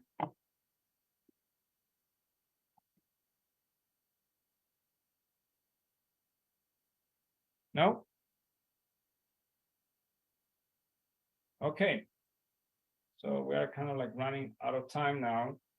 We have a few more minutes now for exercises before we go into the break. How are you guys feeling? Do you want to break? Do you want to run the first exercise and then do the break? Sounds good. Okay. Okay. So just for time and to walk you, to handhold you while we do this, I'm going to reproduce this at the same time that you do, slowly. So for the first exercise, we're going to use a SIR connected model to simulate flu for 75 days, the COVID variant, and then we're going to plot the parameters and reproductive number for both viruses. Okay. This is the initialization for the prevalence, population, transfer rate, transmission rate, recovery rates. And in the case of the Delta variant, it changes a little bit. So infection probability, transmission rate, it's lower. Okay, and recovery rates is the same. So to do that, and then we have asked the questions: after how many days does the number of infections peak in the simulation? How many infections occur at the peak? So let's start doing this in R, right? So let's add a code chunk again. You can click on that button if you want, or as I just did, you can just press Ctrl-Alt-E-I, and that should put a code chunk into your code. So I'm going to create a new model. I'm going to call it my model. Okay. And then this is an SIR con model, SIR connected. The name, I'm going to name it flu plus COVID. That's the name. Then an N, the size is 10,000. Prevalence This is 0.001. I'm missing a 0 here, I think. Yes. Contact rate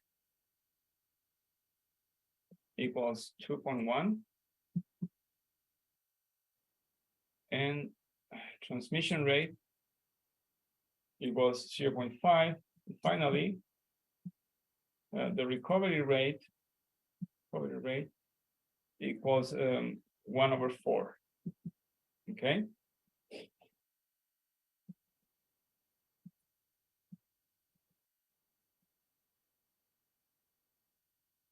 And just aligning my arguments, I think it looks nicer. So if everything went fine, we can print out the model. My model prints out, and this is what you should get. Features this many agents, 1 virus, 0 tools.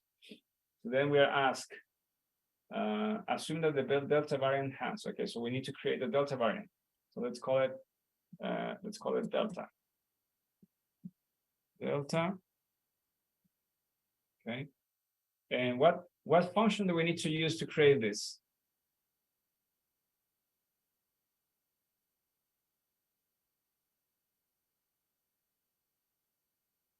Can anyone help me?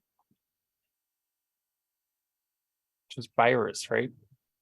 Exactly, right?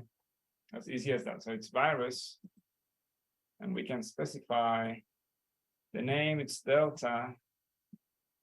Again, I'm just going to be overly verbose here, just to make sure that we're getting everything that we need. Probability of infecting to be 0.3. So this is essentially the daily infection rate. Then the recovery rate, it's still 1/4. And probability of, we're not using that. And I think that's it, right? So those are the default values. That's what we want. Probability infecting 0.3, 1/4 here. Okay. Let me just line my parameters. And if you are having trouble, I'm just going to make sure that you get this. I'm going to copy this to the chat. By the way, we do have a repository with solutions that we haven't shared yet, but we will share with you, so you can rerun all of this, have all the code that we use to answer these questions. Okay. So we have the delta variant, and now we need to add it to the models. How can we add it?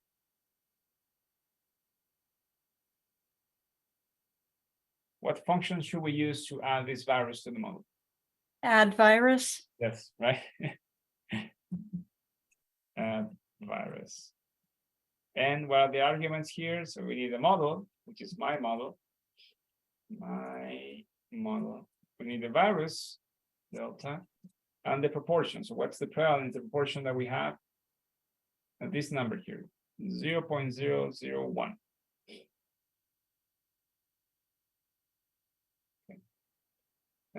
What else? Okay, so do we need to add a population here, a network? Does it make sense to add a network here in this model?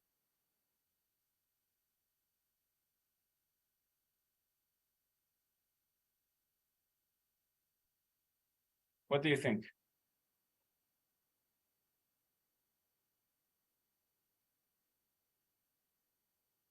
It doesn't make sense to add a network to this model because this is the connected version. So ultimately, interactions happens across the population, regardless you are connected or not. That said, we can always then use the transmission network and visualize that. If you notice, so let me just, I'm minimizing this. If you go to the home of the workshop, we do have the code here to visualize something like this. This is a transmission network from an SIR model. See, you can build things like this. So for sure we can get it. And again, the example is right there in the home page of the workshop. Okay.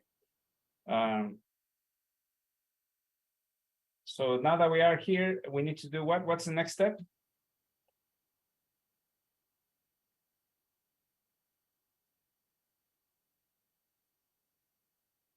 What do we need to do next?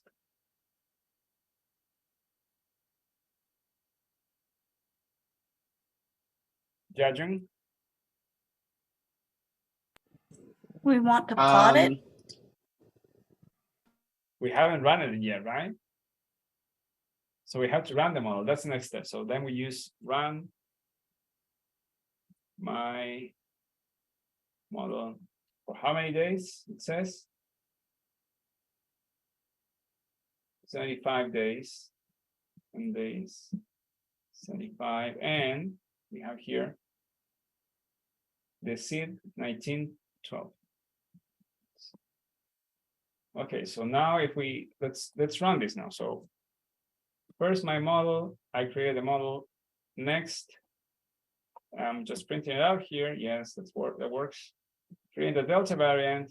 I'm adding it to the model. So now if we print it out, we should see that now it says 2 viruses. And then we run the model. And that's it. So now that we have that, we can go ahead and plot the thing, right? So plot my model. Let's see what's going on here. And it's a very nice figure. And here the infections seem to peak at day 15 with 4,000 individuals infected. And the process is the same as before. We can also plot the incidence, right? That shows you how many new cases infected, how many new recovers you have. And then what else we can plot? Yeah, some of the things that we have here that I'm not going to use, but any questions so far?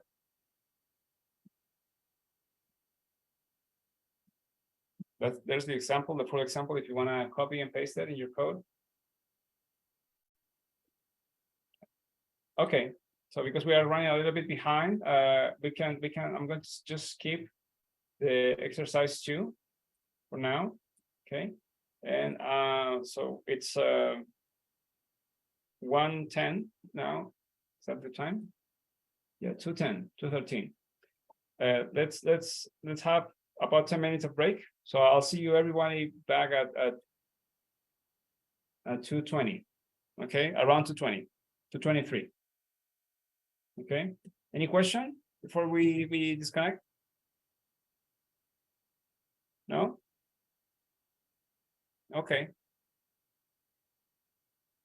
Okay, so I'll see you everybody in 10 minutes.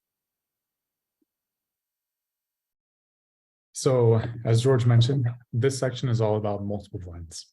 So if you guys have ever taken a stats class before, you'll kind of understand the reason why we do this. And that is really the run multiple function that we have here. What it does is it runs a specified number of simulations using the same model object. So in parts 1 and 2, we created a model and then we just ran it once. The purpose of multiple runs is we take that same model and we run it many, many, many times, as many as we want. And it allows us to make comparisons across several different simulations for that same model. And so we can observe averages for how the model behaves over time. And so, oh, by the way, we get this by going to part3.qmd, just in case. You go to the file section right here. So the principle behind multiple runs, if you guys go ahead and just run this chunk right here, we'll get something that looks like this. So in statistics, if you guys are familiar with the law of large numbers, it basically says that as the sample size increases, so we see on this plot here, as sample size gets bigger and bigger, the sample mean or the average of a random variable will converge to the population mean. And that's what we see as sample size increases. The average converges to the true value. In this case, it is 3. And we can use the same principle and apply it to epiworldR. So as the number of simulations increases, the sample means of the reproductive number or the model parameters like susceptible, exposed, infected, recovered, we can converge to the true values for those parameters. So does that make sense? Like what the draw is behind using run multiple or multiple runs, like why we do this? Does it all make sense? Awesome. So let's go ahead and do an example. So we're going to do a SEIR connected model to simulate measles. So take a look here. So we're going to simulate 5,000 individuals for the measles virus with a prevalence of 0.001, contact rate of 2, transmission rate of 0.5, incubation days of 7, and recovery rate 1/7. So we'll go ahead and run that. And something that's unique to the multiple run section of epiworldR is we have something called a saver. Basically what it is it allows us to kind of pull some useful information from the model that we want to make inference on later. And so this was done by default in the previous examples where we're just running it once. I believe, and George, correct me if I'm wrong, we do this so we don't really overload the computer as far as computation time, because if we take a look here at the make saver help, these are all the different savers that we can specify that we're interested in and we want to collect. So I believe if we took all of these, it would greatly increase the simulation time, and we don't really want that. So we just want to pull the things that we're interested in. So things like total hist, this will tell us the counts for each of the different states at each given date. So we've seen that before, and we can also be interested in the reproductive number information. So again, if you guys want to view the different options you have for the savers you can generate, just run this command right here and go to the details section in the documentation, and it'll give you a list of all the different things that you can pull. So we'll go ahead and save this as our saver. Now this is where we actually use the run multiple function. So we're going to use the model that we specified, and we did that up here. We created the model SEIR connected model. So we're going to use that in the run multiple function here. We're going to run this for 50 days, and we're going to do 500 simulations. So again, instead of just doing one simulation, we're going to do 500. And we're going to tell this function that we're interested in our selected saver, which is we want to pull information about total hist and reproductive. And this parameter right here, end thread, this has something to do with parallel computing, which just impacts the speed of the simulation itself. So George could tell you more about that if you guys are interested. But for now, just go ahead and put 2 for now. So we'll go ahead and start running this, and you'll see at the bottom here, it's working. But instead of taking 1 second, like it did for one single simulation, it's now taking a few seconds to run through 500 different times. And there we go. So now if we want to view the results of this, we're going to use the run multiple get results function on the model that we just ran 500 times. And then this is where the saver comes in. Do you guys remember for the saver, we had total hist and reproductive? So once we ran it 500 times, it collected information about total hist and reproductive. So now we can go ahead and view it. So if we do a head on this,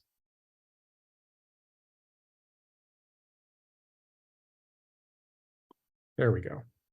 So it gives us all the information we need to, for example, plot the different states over time. So we have the different counts for each of the states in this model. And then same thing with reproductive. If we go ahead and run that, we'll give it a second. So now here we have all the information we need to, there we go. So now we have all the information we need to, for example, make a plot of the reproductive number over time. And that's what we're going to do next. Are there any questions up to this point? Awesome. This is all making sense. It's pretty intuitive. Sorry, go ahead. No, just to highlight, so you can see here, we do have a simulation number. So since we do have 500 simulations, in this case, we will have 500 replicates of this data. Of course, each one of them differently. And about the parallel computing part is that, yeah, so if you have, I don't know, if you have 4 a computer with 4 cores, you can run this 4 times faster. That's the whole point.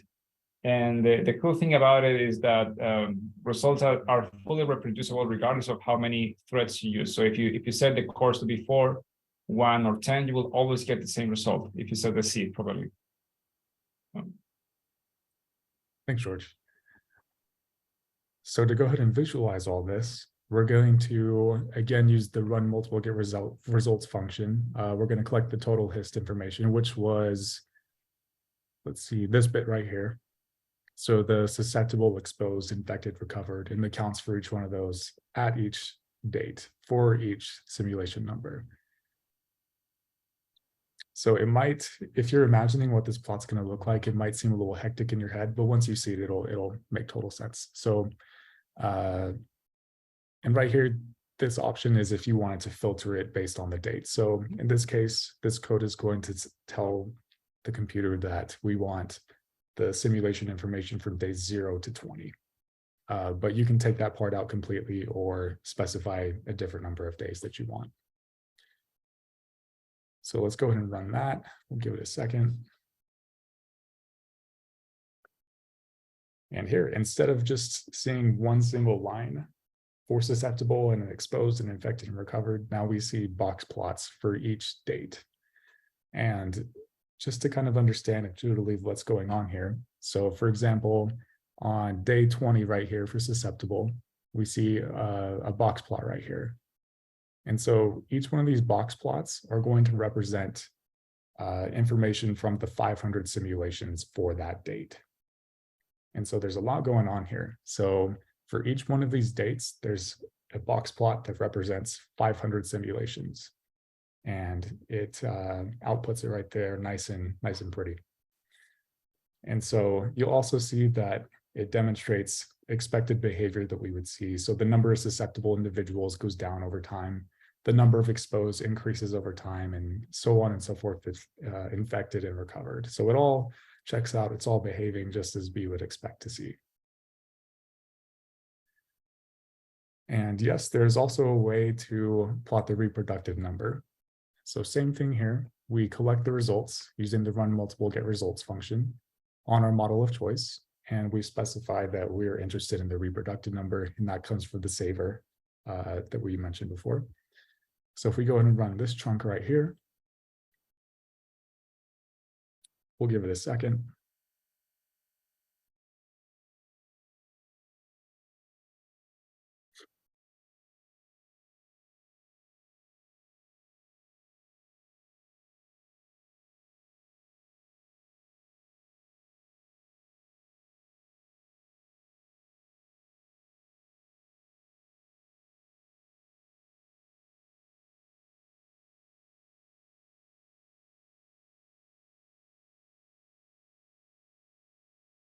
So yeah, when you guys are messing around with this on your own,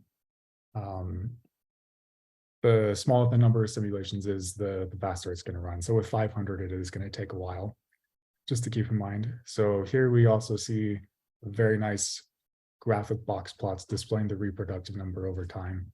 So same thing here.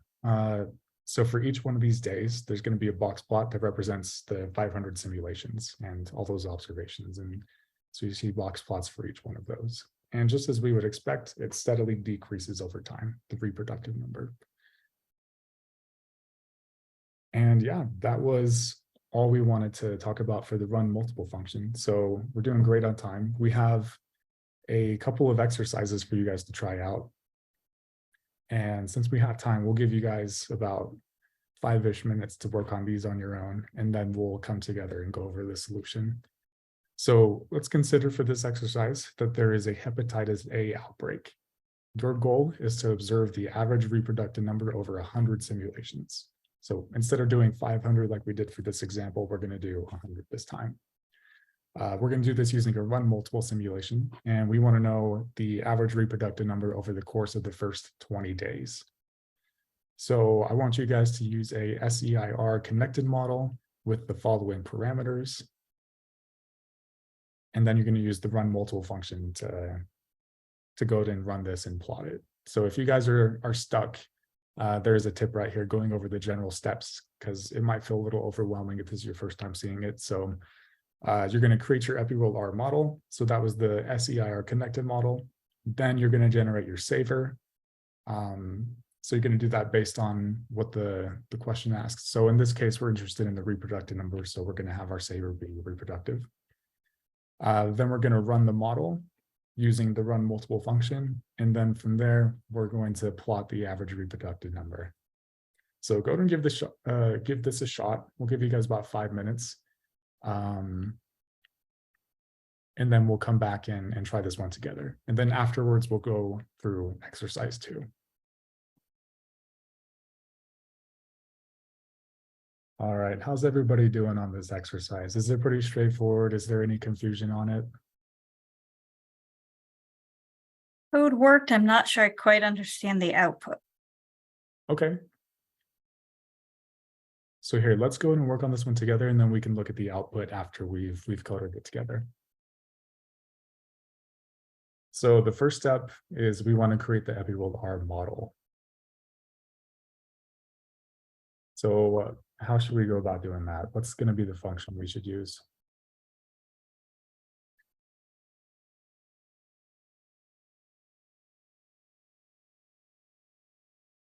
The model circon. Yep. Perfect. Thank you. All right. And then we have all the parameters that we're going to use up here. So we have n is equal to 10,000. We have prevalence is equal to 0.01. Contact rate of 2.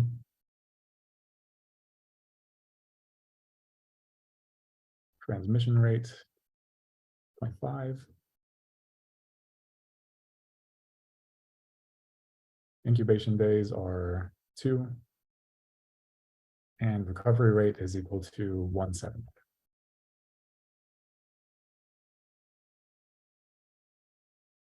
So let's just run that and make sure it's, yep, so we missed the name.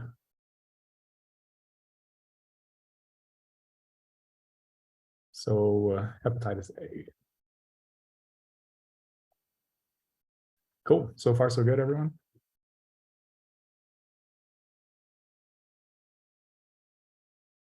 Awesome, so now the next step, we want to generate a saver.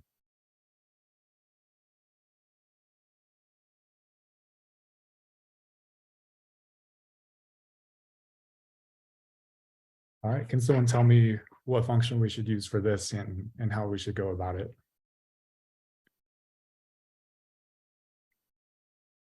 Don't we use make saver, and then don't we want the total hist and the reproductive? Yeah, exactly. So we'll use the make saver function, and then in this case, I think we were just interested in the reproductive number. So we're just going to use reproductive as our saver. But Maxwell, you're totally right. If we wanted to also plot the model parameters like susceptible, exposed, infected, we could include total hist as part of our saver as well.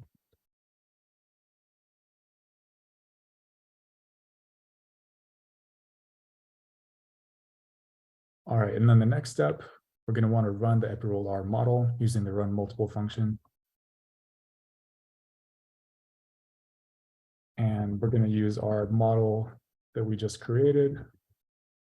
And we want to run this simulation for 20 days, I believe. Yeah, 20 days. And we're going to do 100 simulations, I believe is what it was. Yeah, 100 simulations. We're going to specify our saver that we just created. And then we'll just do 2 threads right there. So we're going to run this. It's going a lot quicker than the 500 simulations. And then from here, we just need to plot it to observe the reproductive number over time.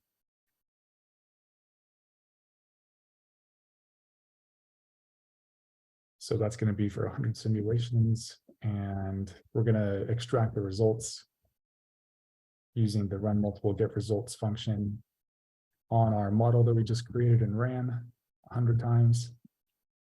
And we're interested in the reproductive saver. So we'll run that, and now all that's left to do is plot the model.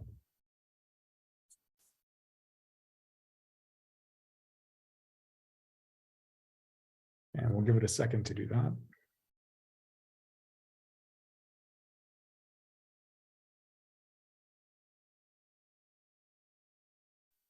Yeah, the bits takes a little while because it's actually a lot of data. So if you could, after it's plotted, we could take a look at the SIR-Con 100 object in the environment. We can do it later because otherwise it's going to mess with the plotting function.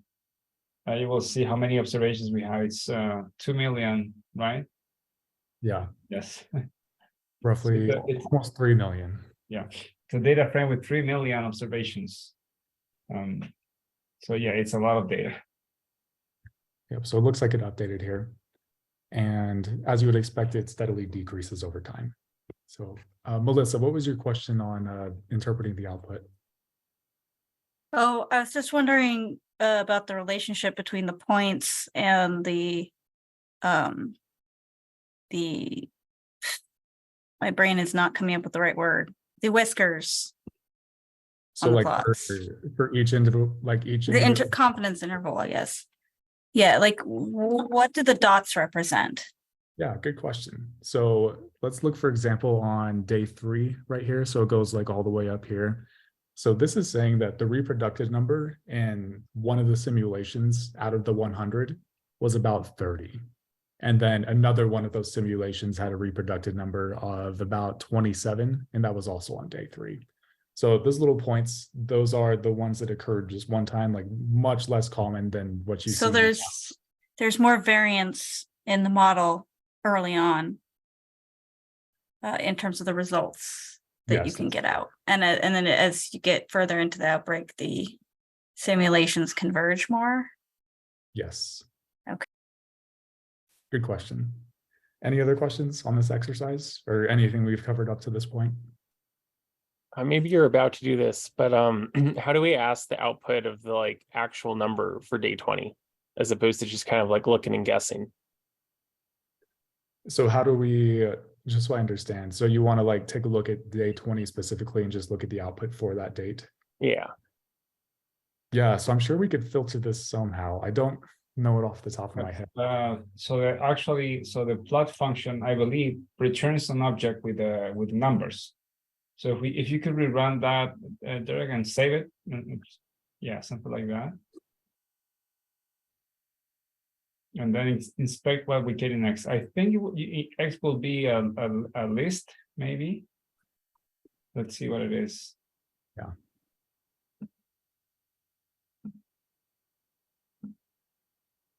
And we're processing 3 million observations, and we're not using data table or reply or anything, so that's why it's a little bit slower. In general, so the one of the design features of epiworldR is that it doesn't depend on any other package. So that way it's easier to keep it. There you go. Cool. Yeah, so it's computer. So if you can see, if you can scroll up, Dirk, a little bit, you will see that it shows you a lot of information, right? So you have for each virus and for each day, you get the average reproductive number, which is the curves that you have here. How many observations were used to compute that average, and standard error, and a lower and upper bounds based on a 95% confidence interval. So that way you can see by day 20, okay, day 20, what is it? What's the average reproductive number? Well, it's already 0, and like falling, going near 0. At least I think this is for one simulation, or maybe all of them. No, I think it's all of them, right? Is it? Yeah, I think it might. Can you see can you use view, Derek, over the X? Yeah.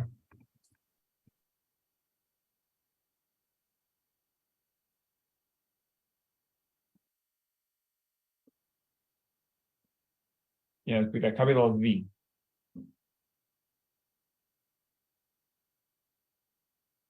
Yeah, if you can scroll down. Yeah, you know what? I think that we may have a little bit of a bug, because as you can see, the date starts again, and that's because we forgot to append the ID column for the simulation. But so, in other words, for each one of the simulations, you will get this data set.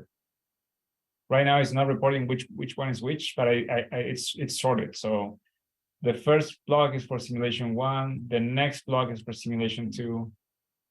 It's not a very big issue, but we'll better solve it for the next release.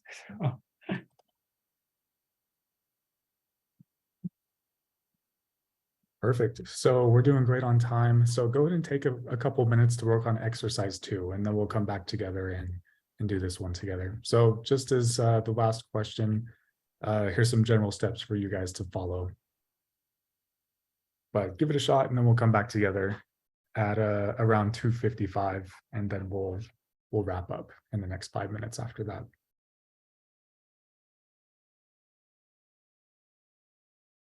All right, hopefully you've had a chance to get started on this exercise, but we'll start going through it together now. So our first step here is we want to create a tool. And we're going to do that using the tool function.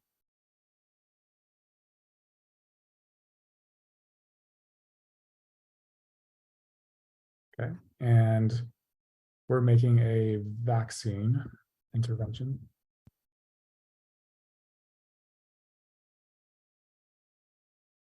And we're going to use these parameters for the tool. So we'll just copy those over.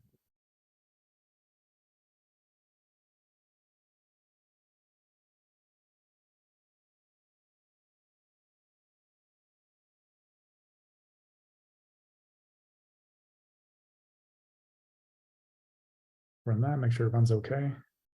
And we're good. So now the next step is we're going to use the global action tool function and the add global action tool.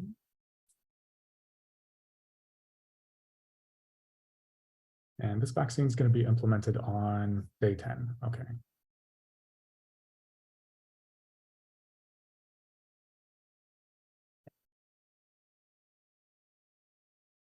Okay, then we're going to specify which tool we're going to be using. This right here, we're saying that 50% of the population is going to be getting the vaccine. And when is that going to be happening? That's going to be on day 10. So let's run that, make sure that works okay. And now we can go ahead and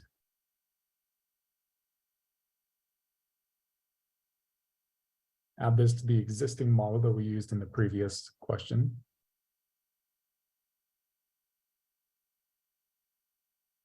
With the vaccine that's going into effect on day 10. So we'll run that, looks like it went okay. So then from here, we need to generate a saver and use the run multiple function.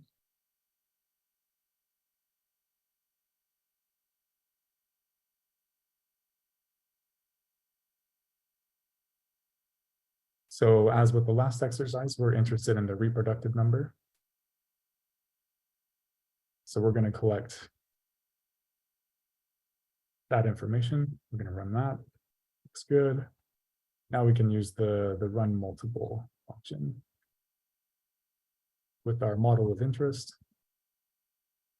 I believe we're running this for 20 days. Yep. And we're doing 100 simulations. Although just for time, we can do 50. So it'll run a little faster. I'm going to specify our saver that we created, and we will use n thread equals 2. So we'll run that. Awesome. And then from here, all we have left to do is plot and see what happens to the reproductive number over time.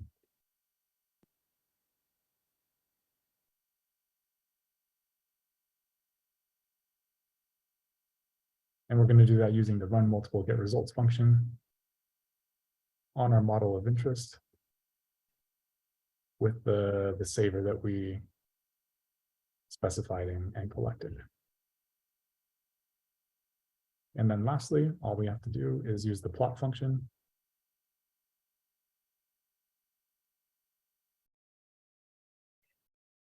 And we'll wait for that to run.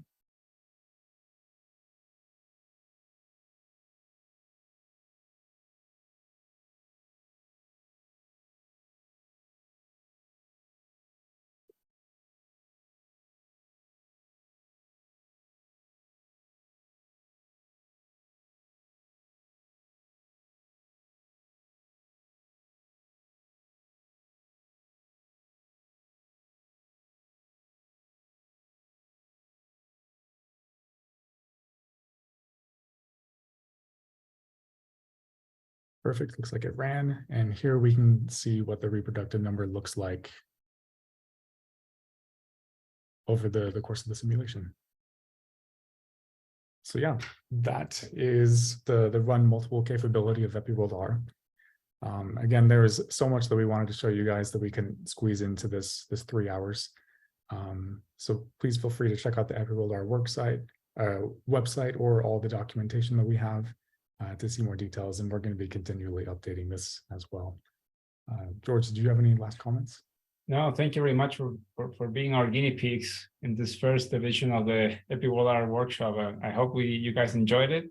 And again, so we are receiving a lot of, we are still developing it.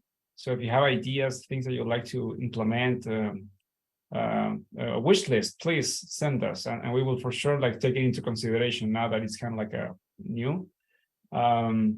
We will share a video of the recording, and I will add like a permanent tag to the current version of the workshop, because we are going to be updating it, so you can go back and see the original version that you saw. Okay. Again, thank you very much. And for those of you who are attending the Sunbelt in person, I hope to see you there. So yeah, that's it. Any questions, any comments, anything that you'd like to share?